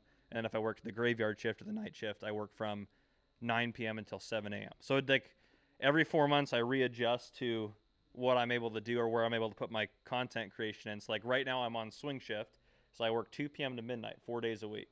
So on the days I work, I get up at 9, and I usually stream on the days I work. So I'll either do like an hour and a half or 2 hour stream, and then I'll record it. Like if there's any maps that have come out, I try to do a map tour the same day and get all that done. So I'll do that from like 9:30 until I need to leave for work or start getting ready for work at like 1.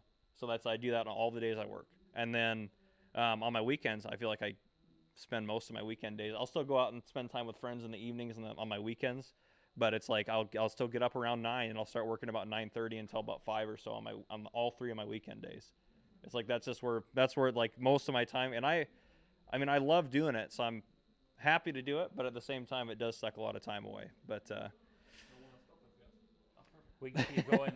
We are like almost at our time. I think, what is it, the bale sacking challenge? Is that what's next? Or? Yeah. I think, Yeah. we just skip that one and keep talking. Yeah. I gotta go announce.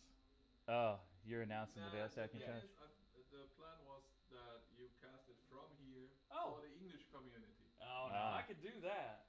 Yeah, sorry, I could could do that. You don't need the microphone. You just So yell here's the into thing. What we're gonna do? I figure out if we can continue this talk because I honestly think this is super interesting. It is. This is great. I love having you three guys here, and I really don't want to cut this. Mhm. However, this stream is lasting for another 30 minutes until we are done with FarmCon. When it Mhm. comes to streaming, of course, Right. FarmCon is continuing. So maybe I can just get these 30 minutes for us to continue this talk because Cool. I think that is super interesting for our people out there. What does the community think? There's so They want to so keep many watching? people Well, the in community has chat. a lot of interesting questions. So I figured Yeah. it out for you guys. I actually, Oh, nice. Let's get to hear some some of them. community questions for sure. But Yeah. I'm curious, like you guys have only done Farm Sim. Could you ever like picture yourself of like doing a different game, like if you had never chosen Farm Sim?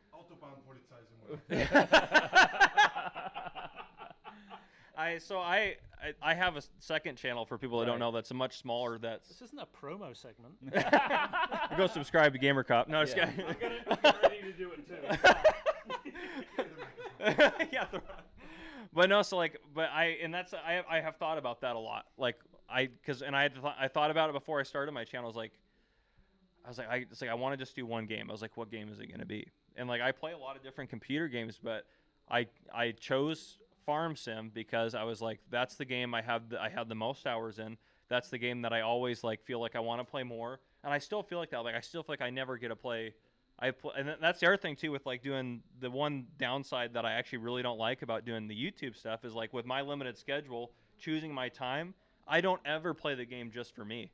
It's like I always am playing it for a series or something like that, and I miss playing it just for me, but at the same time also love doing it the way I do it. But yeah, I don't think there's another game I have enough passion about or would be able to like not get burnt. Like I don't feel like I will ever get burnt out in Farm Sim, and I haven't. It's an interesting thing with Farming Simulator because like there's even people that stream and create content for our game that have never really been a gamer before, and then they get to like retirement age or whatever, and then they're like, I need something to do. They find Farm Sim, they fall in love with it. Like, so for you, like, that's one of my favorite things about the community is there's almost the educational part of Farm Sim. And I'm going off topic here a little bit, No, you're good.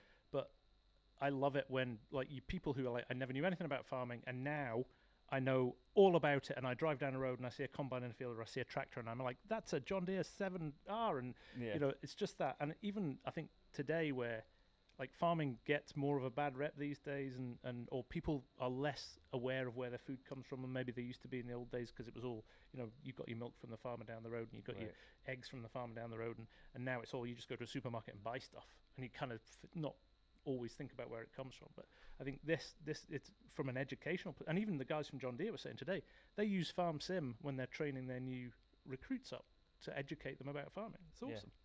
Yeah. So yeah, I think there's that side of it. And back to the question, my other love is racing games. I've been a Formula One fan for all my life. My dad made me. I sat with my dad and watched Formula One when I was young. And I've grown up with it, you know, Nigel Mansell, Ayrton Senna, all the way through to today. So I play a lot of iRacing. One of the blessings that I've had from YouTube is that I funded a really nice sim racing rig with Fanatec wheel and stuff, and you know, a big wheel. So that is my thing that I secretly do when I get some downtime. I love to play racing games. Could I see myself doing another channel?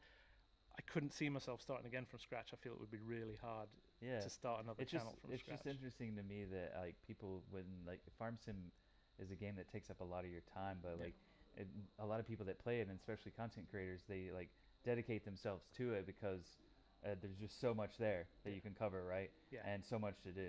Yeah, so. And the variety with Farm Sim is really good, and the fact that, you know, farming's in my blood. I love farming. I grew up driving tractors at harvest time, and I used to get paid pocket money for helping milking the cows when I was at school when I was growing up. So you know, it's in my blood, and I love it. And this is kind of because I live in a city now. I can't go back to the farm. My dad's retired, so the farm isn't there anymore. But just the fact you can do that is really, really good. The other thing I really like, and I know he's a bit of a fan of this as well, I'm a gadget geek, so I love kit. You know, I could probably see myself doing a tech channel, looking at cool gadgetry and kit almost as much as I could see myself doing another gaming channel. Cool.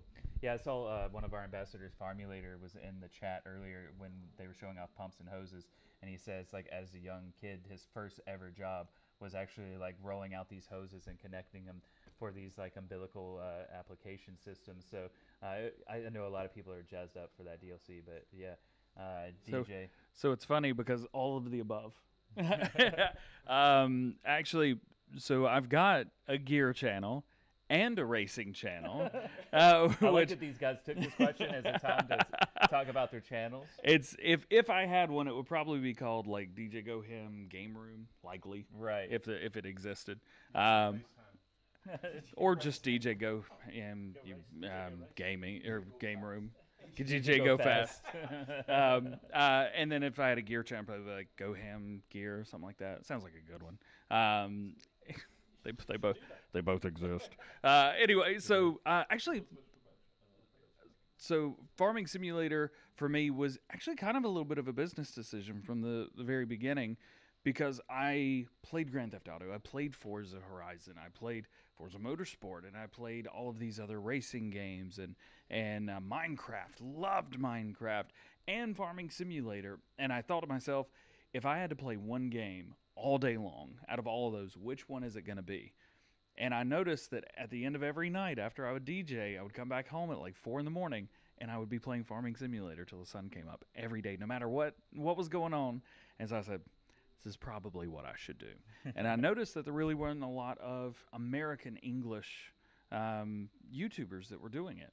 And I said, well, if I notice that there's a lack of, representation in the United States, that means that other people must notice that as well. So it was kind of a business decision at the very beginning of which one do I think would be better, which one do I think would be more fun, and I mean, it was a great decision.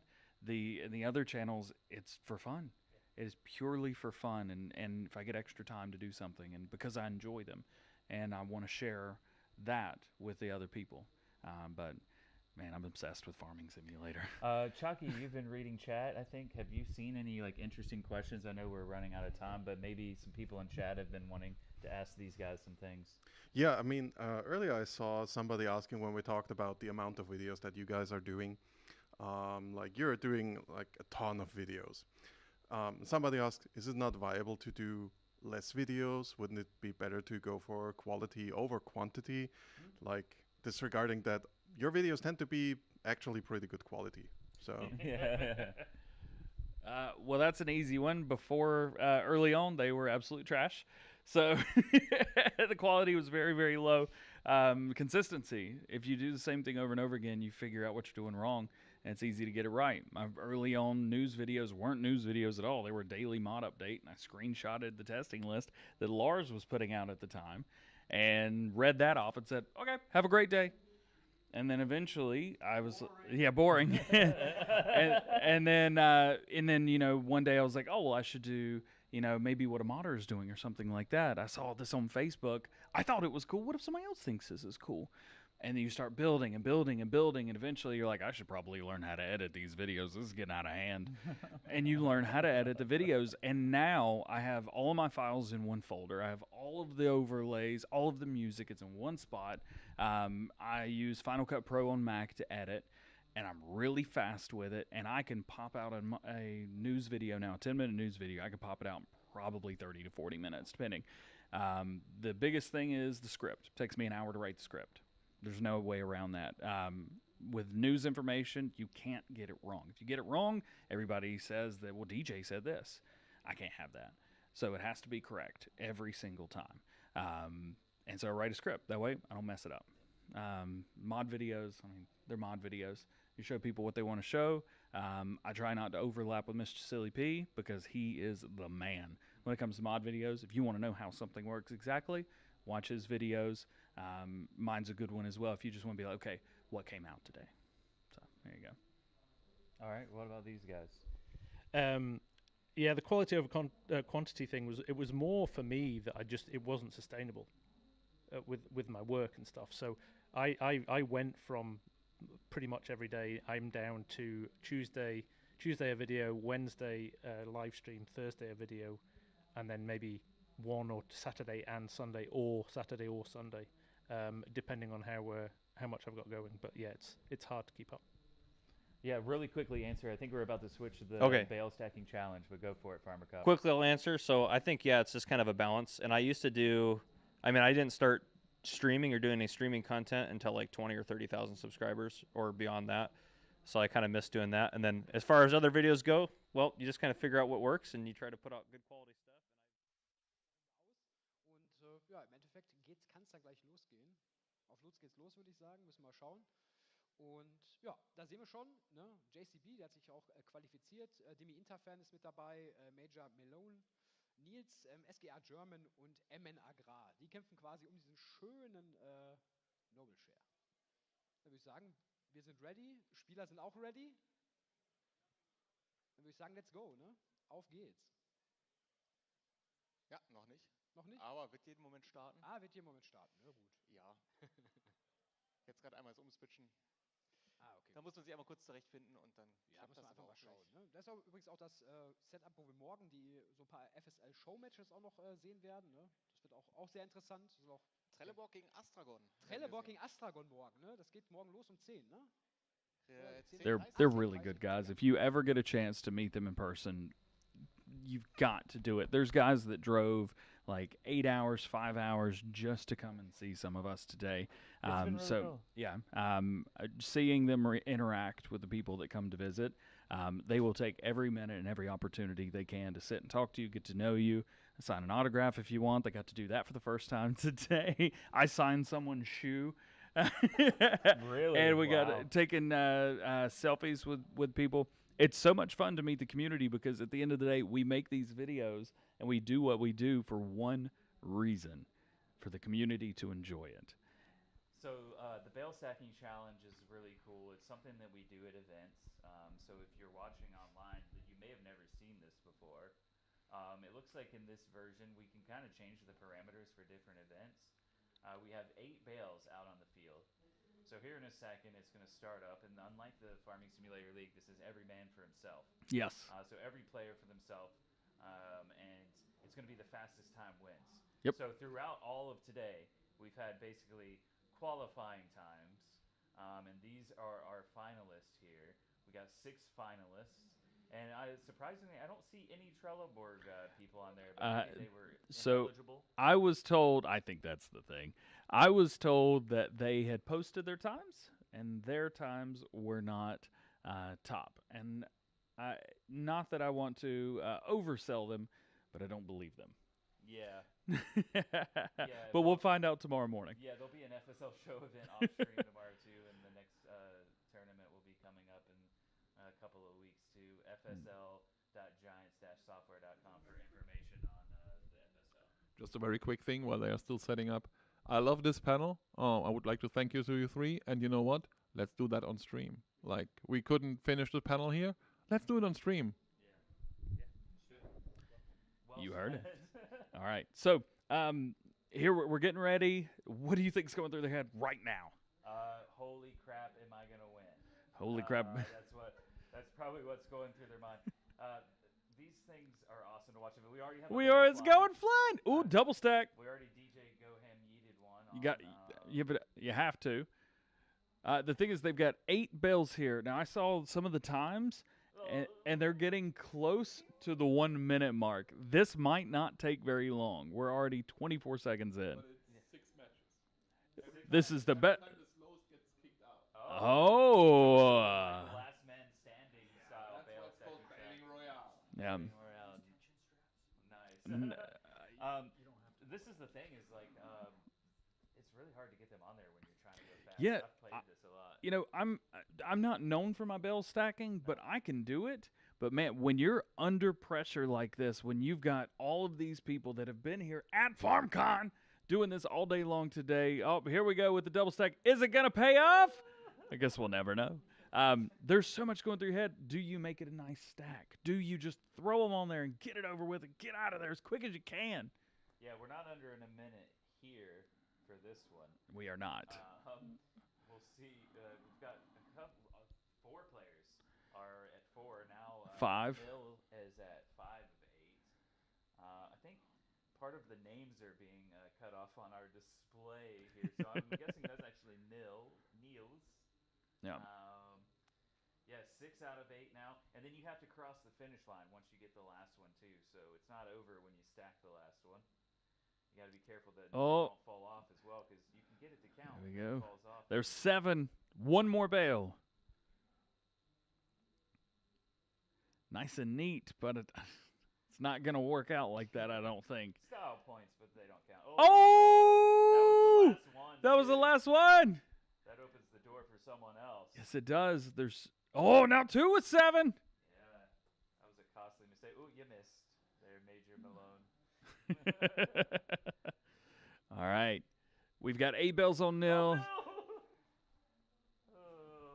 Across the line. Mills won in the end, 2 minutes 15. That's a pretty good time. Just for reference, I'd gotten to 5 minutes on mine, and I'm in here casting and not on stage right now. I do have a bale stacking champion hat from the Houston Rodeo. I don't want to say that I didn't win it legitimately, but what happened was he did not. There may have been someone that called you. Time to play. I'm ineligible anyways. It's fun to play at events, though. We did play it quite frequently when spots needed filled in at the rodeo. It's a cool little game mode, and the kids especially love it at our events. And it's like, Here we so go. now really it's a battle JCB and Major. for last Now place. JCB, at least last time I saw, had the best time up there. So the number 1 rank from earlier today has just been kicked. Wow. The first seed. He couldn't handle being on stage, I guess. I understand. We had the bale stacking room, and now, of course, they're like on stage as you see them now after the fact. Mein Mikrofon Well. an? Ah, ja. There goes JCB. Thanks for playing. Ja, die Luke ist leider nicht aufgegangen, sonst wäre jetzt nicht auch noch unten gleich I don't even have any worden, John Deere aber merch. Nein, No, Quatsch. you got a hat. Du I sollst did natürlich get a nicht hat. leer ausgehen. Wir haben hier auch was für dich vorbereitet. Eine Trinkflasche auch noch von unserem Merchandise-Store. Ja. Yeah, all Das right. vielleicht. Aber 6. Platz ist doch immerhin klasse, oder? Also Applaus nochmal für JCB. Someone playing is SGA German. Is that Bauer Matza on stage? Okay, Perhaps from dann aber leider wie im Fernsehen. in the Ich habe keine championship. Rose, aber da kannst du auch That's gehen. the Okay, name dann, he's gone with. Because I was confused by that. SGA is the American team playing in the Farming Simulator League this season, and also a stream team on Twitch, and people are using their emotes and stuff in chat. And we've got calls for DJ to become a commentator. Hey, if you actually you did do the final last year. I did, yeah. I was able to host the finals. Got up at 3 a.m. on a Sunday morning, way earlier than I normally do, and we had a great time. I was able to host that with Chucky, who was so kind and helped me out throughout the day. We had so much fun. Yeah, I love the FSL. It's so much fun, and actually, like the bale stacking challenge is kind of what was the beginning stages of the Farming Simulator League becoming a thing. Yeah, a In lot. fact, we were talking earlier. You guys were like about how Farming Simulator isn't competitive and the community isn't competitive, but we do have the Farming Simulator League. So if you want to see what competitive farming looks like, Today it does exist. Today it is every man for themselves. However, the Farming Simulator League is 3v3, correct? Yeah, 2 teams of 3, 15-minute rounds. There's a pick and ban phase, all kinds of drops and different things, perks and team perks. They can kind of change the strategy and the gameplay. And the 2 guys in the middle there on the stage, kind of hidden by their monitors, are Homer and Klaas. Klaas is our head of FSL and our event manager. They're 2 of the German casters for the FSL. Here we go. Alongside the Red Cat. Time to go. So if you had to do this, what would be your strategy? What would you go for first? When I play this, again, I did not win my bale stacking champion hat legitimately, but when I play, I try to stack 2 at a time. But Okay. I try to line them up, basically horizontally, and do it that way, because I feel like you might waste a little bit of time like setting it up right on the fort, but it'll save you time later on potentially where you might like knock another one off. So you don't want to be like super neat and precise, or you're wasting too much time. But you can take some time and try to stack up the ones closest to each other. That's a good stacking job, just kind of using the one bale to push the other 2 Yep. to the side. And it looks like Major Malone's actually got a pretty nice little setup going on there. Nils is just stacking them up, letting them go. But there's only 8 bales, so you wouldn't think 8 bales really take up too much room on this trailer, but when you get about 5 on there, you start running out of room pretty quickly. Major Malone's still going for the neat organization. SGA German about to knock his trailer over. Look out. Yeah, I think the important thing to remember for these players right now is that having the best time right now doesn't matter until the final round. Yep. All you got to do is make sure you're not the slowest, and you keep moving on. So we're at 6 out of 8 bells right here. This is currently our leader. Now, this is DMI. They're currently in last place, but you can see they're doing 2 at a time. You got more space. Oh! I thought those were going off. And just like that, they went from last place to now they're tied for first. Yeah. Oh. Ooh, that's sketchy. That's going to be hard to get other bales around without 7, 8. That's 8. Go, go, go. This is 2 minutes. Ooh, 2:15. That's a good time. Oh, Nils! Nils has done Oh, this twice no! now. Oh, no. And that one's fine. Oh, he just lost 3 bells. That was all 8. Oh, no. Major Malone right here with number 8. Yeah, there you go. So, Nils was looking good, and now, like, SGA German just needs one more to move on. Nils would have had it.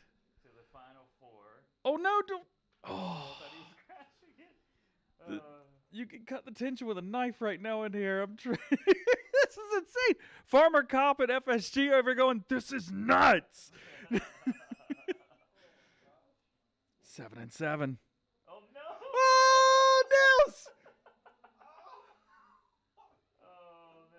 Oh, and SGA's lost some bells as well. Oh, no, yeah.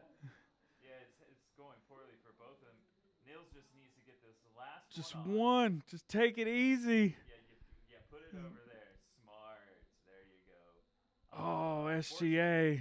For SGA, it looks like SGA German is going to be eliminated here. And that's it. Wow. Okay, well, we have our final 4 now. You got a favorite yet, DJ? Who you think? Man, I need to let my heart race go down just a little bit more before I figure out how to talk again. Gut, Well, the thing is, in the first round, the number 1 spot was gone. Now, you had somebody who just barely made it through after losing bells twice off their trailer.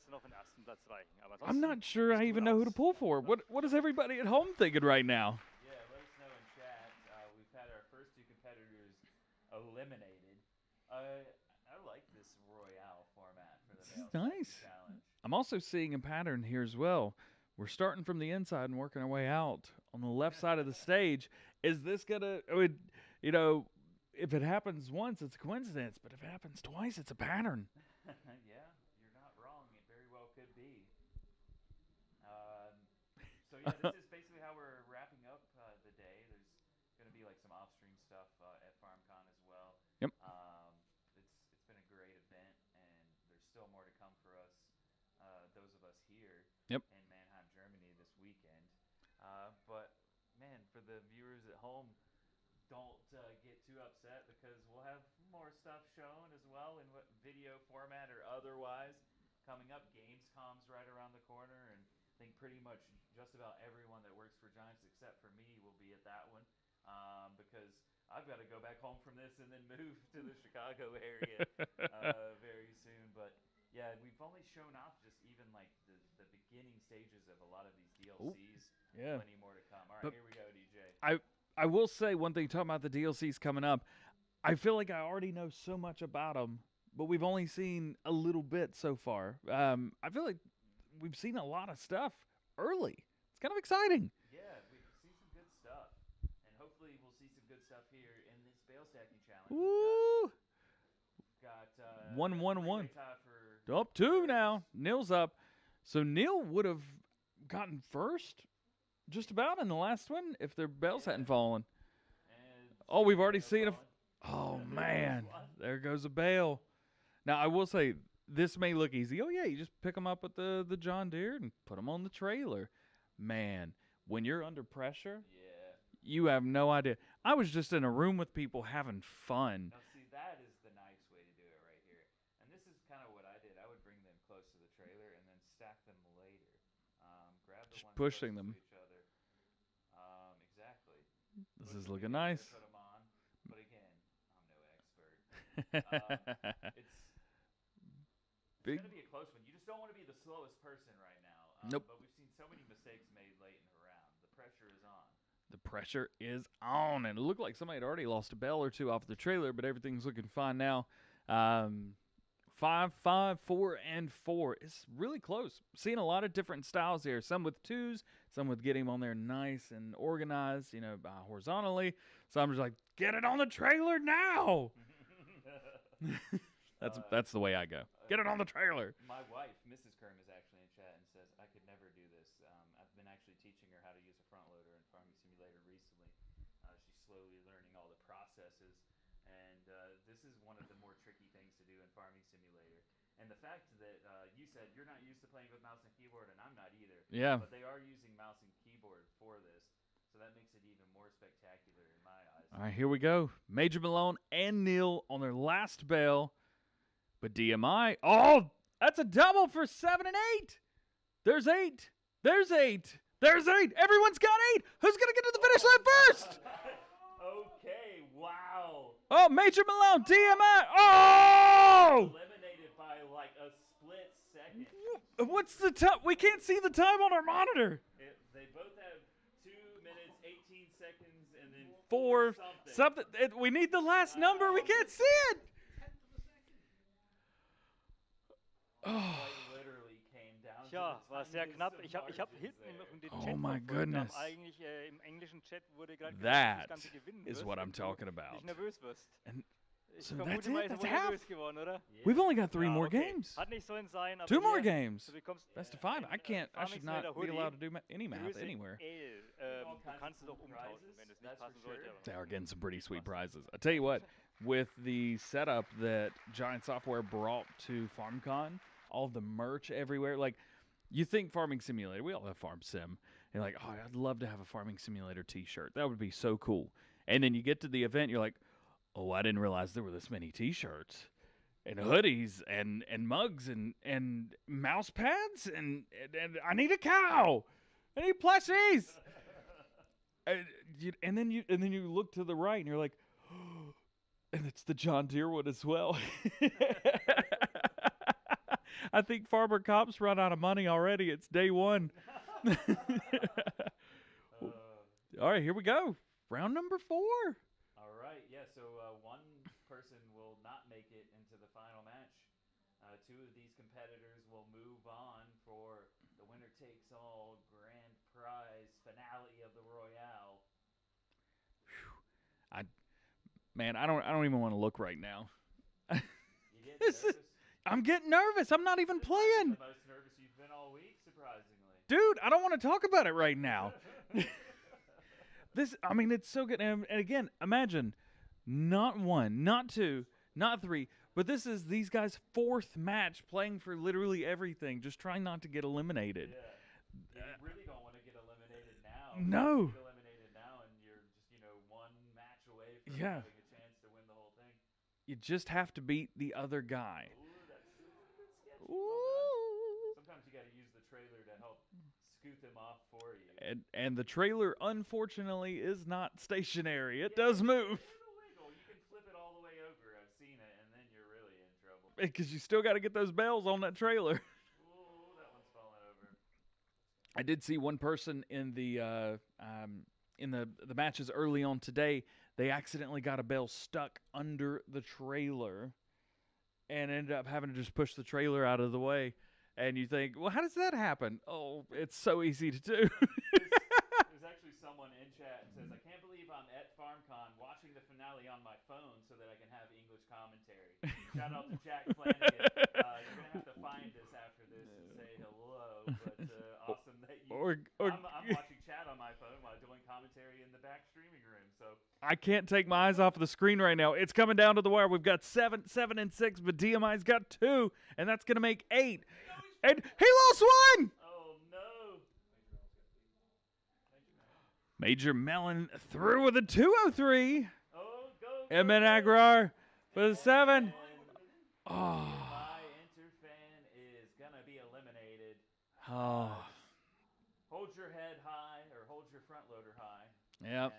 And go out in a blaze of glory there. So now, I don't know if you saw this. The final 2 competitors are sitting beside each Ja, auch other. für dich hat nicht sollen sein. Do you aber screen look in this position? What do you do? später nebeneinander. Why? Für dich haben wir das Gleiche. Du kommst erstmal diese Mütze Do you mit. go Screen look and then drop all your bales like, oh. Größe kannst du auch aus. I'm seeing what he's doing, but I crashed into my own trailer. But you know, Oh, you're English. does But it you give you a leg understand up to see the how size how of- close your competitor is? Just go, Okay, whoop, just real quick, right over. Bye bye. Yeah, I don't know what's happened to my mic. People are saying that I've gone quiet. All right, well, yeah, well, DJ and I are getting really close here. we're doing now. very well. Yes. kurz vor dem So Finale, ich weiß MN nicht. Agrar and Major Erstmal nochmal einen großen Applaus Malone. für die beiden Yeah. hier. Oop. Ja? All right. Any guesses? Any ideas? Or just go, go, go? I have a pretty good feeling that the player that finishes the fastest is going to win. I don't know what it is about it, but I just have this. I think your sneaking feeling. microphone's working now because I'm seeing the the things you over just there. needed to get close. We're good. Yeah. So here we go. Man, at home, give it up for the last 2 competitors right here. This is awesome. And so this place, it may not look big. I mean, there's what, 700, 750 people in there? Maybe more? More than 800 people in the room right now. I mean, this is a huge place. It doesn't look it from the camera. See Trelleborg in the front rows there. All right, Major Malone. I think Major Malone is a FSL player. Here we go. I believe I'm seeing some hype in chat for him. Give it up for who you think's gonna win. All right, we're off. This is it. This is the last one. Yeah. Can we do this some more? This has been fun. Yeah, it's been a blast. And like Farmer Cop and Farm Sim guy are sitting like next to you still on the couch where they were for the like creator panel. They've not left and they're like freaking out. They're at the edge. They're literally the edge of their seat, like not just metaphorically. They've both gone forward. This is just a what Farmer Cop and FSG are doing right now. Okay, so we're both 2 bales each. They both had kind of like a hiccup right at the beginning. Seem to be on track, doing good. Emin Agrar seems to be doing a little bit the side stack, just get them on the trailer as quick as possible. Almost avoiding some. It almost went out! I had like visions of that bale going over the fence and then it was going to be game over for poor Major Malone. Imagine getting 7 bales and you're like, I can't reach the other one. And Emin Agrar's had the same camera angle right here as well. Seems to be doing really well. They lost the bell! What have I done? No! I jinxed it! People are calling for Farmer Cop versus Farm Sim Guy versus DJ Goham versus Team Trelleborg? What? All right, 6 bales to 4. Yeah, we're almost done. Yeah, Farmer Cop off screen said, did they have 30 minutes to watch us finish it? Yeah. But Don't there hit is it. a Don't time hit limit. it. Don't hit it. Major Malone, that's 7. 1 more bale. And they are, it's 7-6, but they are quite a bit ahead. DJ, do not knock bales off now if you're Major Malone. You're 1 away. Just get this one on. It's about to be 7-7. Oh! Yes. But you just gotta get this one on. Emin Agrar just lost the belt. This is it. Take your time, Major Malone. Take your time. This is why you screen look. This is why you screen look. Come on. I can't watch. He lost it. Oh, no! Oh, that opens the door now for Emin Agrar. It's hard to call. It's just 1, Major Malone. You can do this. Come on. Right on the. Nope. Oh, Easy, there it is. Easy. And then it's on. Get through. Get there through. There you go. We have a winner, go. ladies and gentlemen.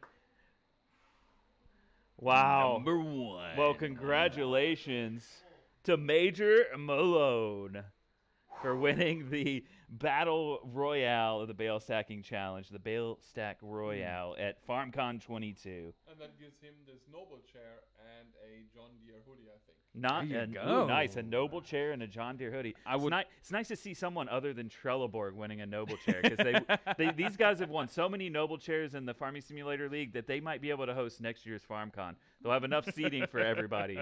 And there you have it. We started with 6, and 5 games later, we're down to the winner, Major Malone. If you enjoyed watching this, the Farming Simulator League's next tournament will be cast right on this Twitch channel, twitch.tv/Giant Software, also in German on Giant Software DE on August 13th and 14th. So definitely tune into that. Myself and Virtual Farmer and Cast by Copter are this year's English casters. And then you've got the two guys on screen, Klaus and Holmer, and also the Red Cat that alternate in and out for the German cast. But it's always a good time when we get to do some Farming Simulator esports. Yeah. Well. Yeah, this is a Team Astragon member, in fact. So I was right. I thought the name was familiar, and we had a few Astragon members that made it to the final here. So this is one of the competitors that you can see competing in the Farming Simulator League. He's wearing the Team Astragon jersey there with the Farming Simulator League logo on the sleeve. Man, oh man. I'll tell you what, standing on that stage in front of 800 people is kind of nerve-wracking, I'll be honest with you. You think so? Well, this morning they didn't tell me I was getting my gold partner award and then asked me to go up on stage, but I couldn't understand him. So it was not only embarrassing, but I also couldn't handle it. Yeah, are you going to be able to get that plaque home? What I've done is I've already given it to Jenny, and hopefully she'll get it mailed to me. Yeah, send it to the U.S. office at the very least or something. Oh, trying the chair out. Look, there's Lars in the background. He's gone to get some information for us. So actually, myself and Yana were the chair team the other day, helping set up, and we put these noble chairs together. So Martin is rolling Major Malone around, and hopefully we put the chairs together properly for Major Malone, and he doesn't fall to the floor. Well, I can tell you after months and years of testing, noble chairs can handle just about whatever you you do with them. Nice. They're very nice chairs. So tomorrow's event will not be streamed. We have a question in chat because it is more focused on like modding questions and things like that. There will be an FSL show match. I don't believe that's going to be streamed. I think that'll just be for those of us here at the event. But again, August 13th and 14th for the FSL, and of course, a lot more to come from us on all of our channels, videos and live streams and such.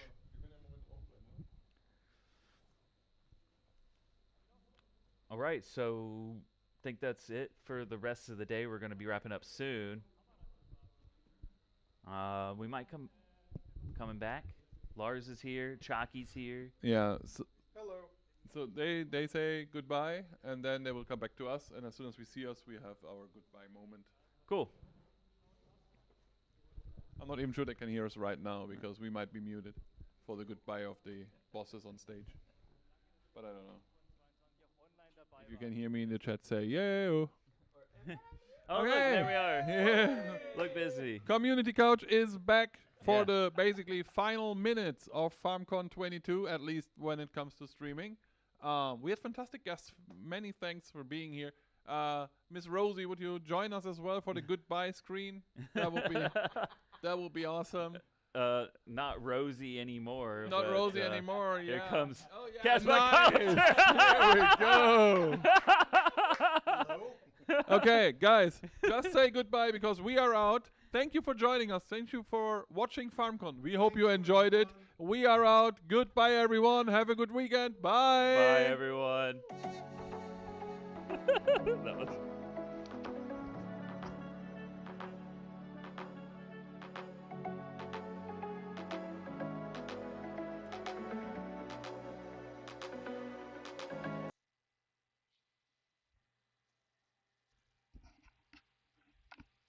Hopefully you guys liked the video.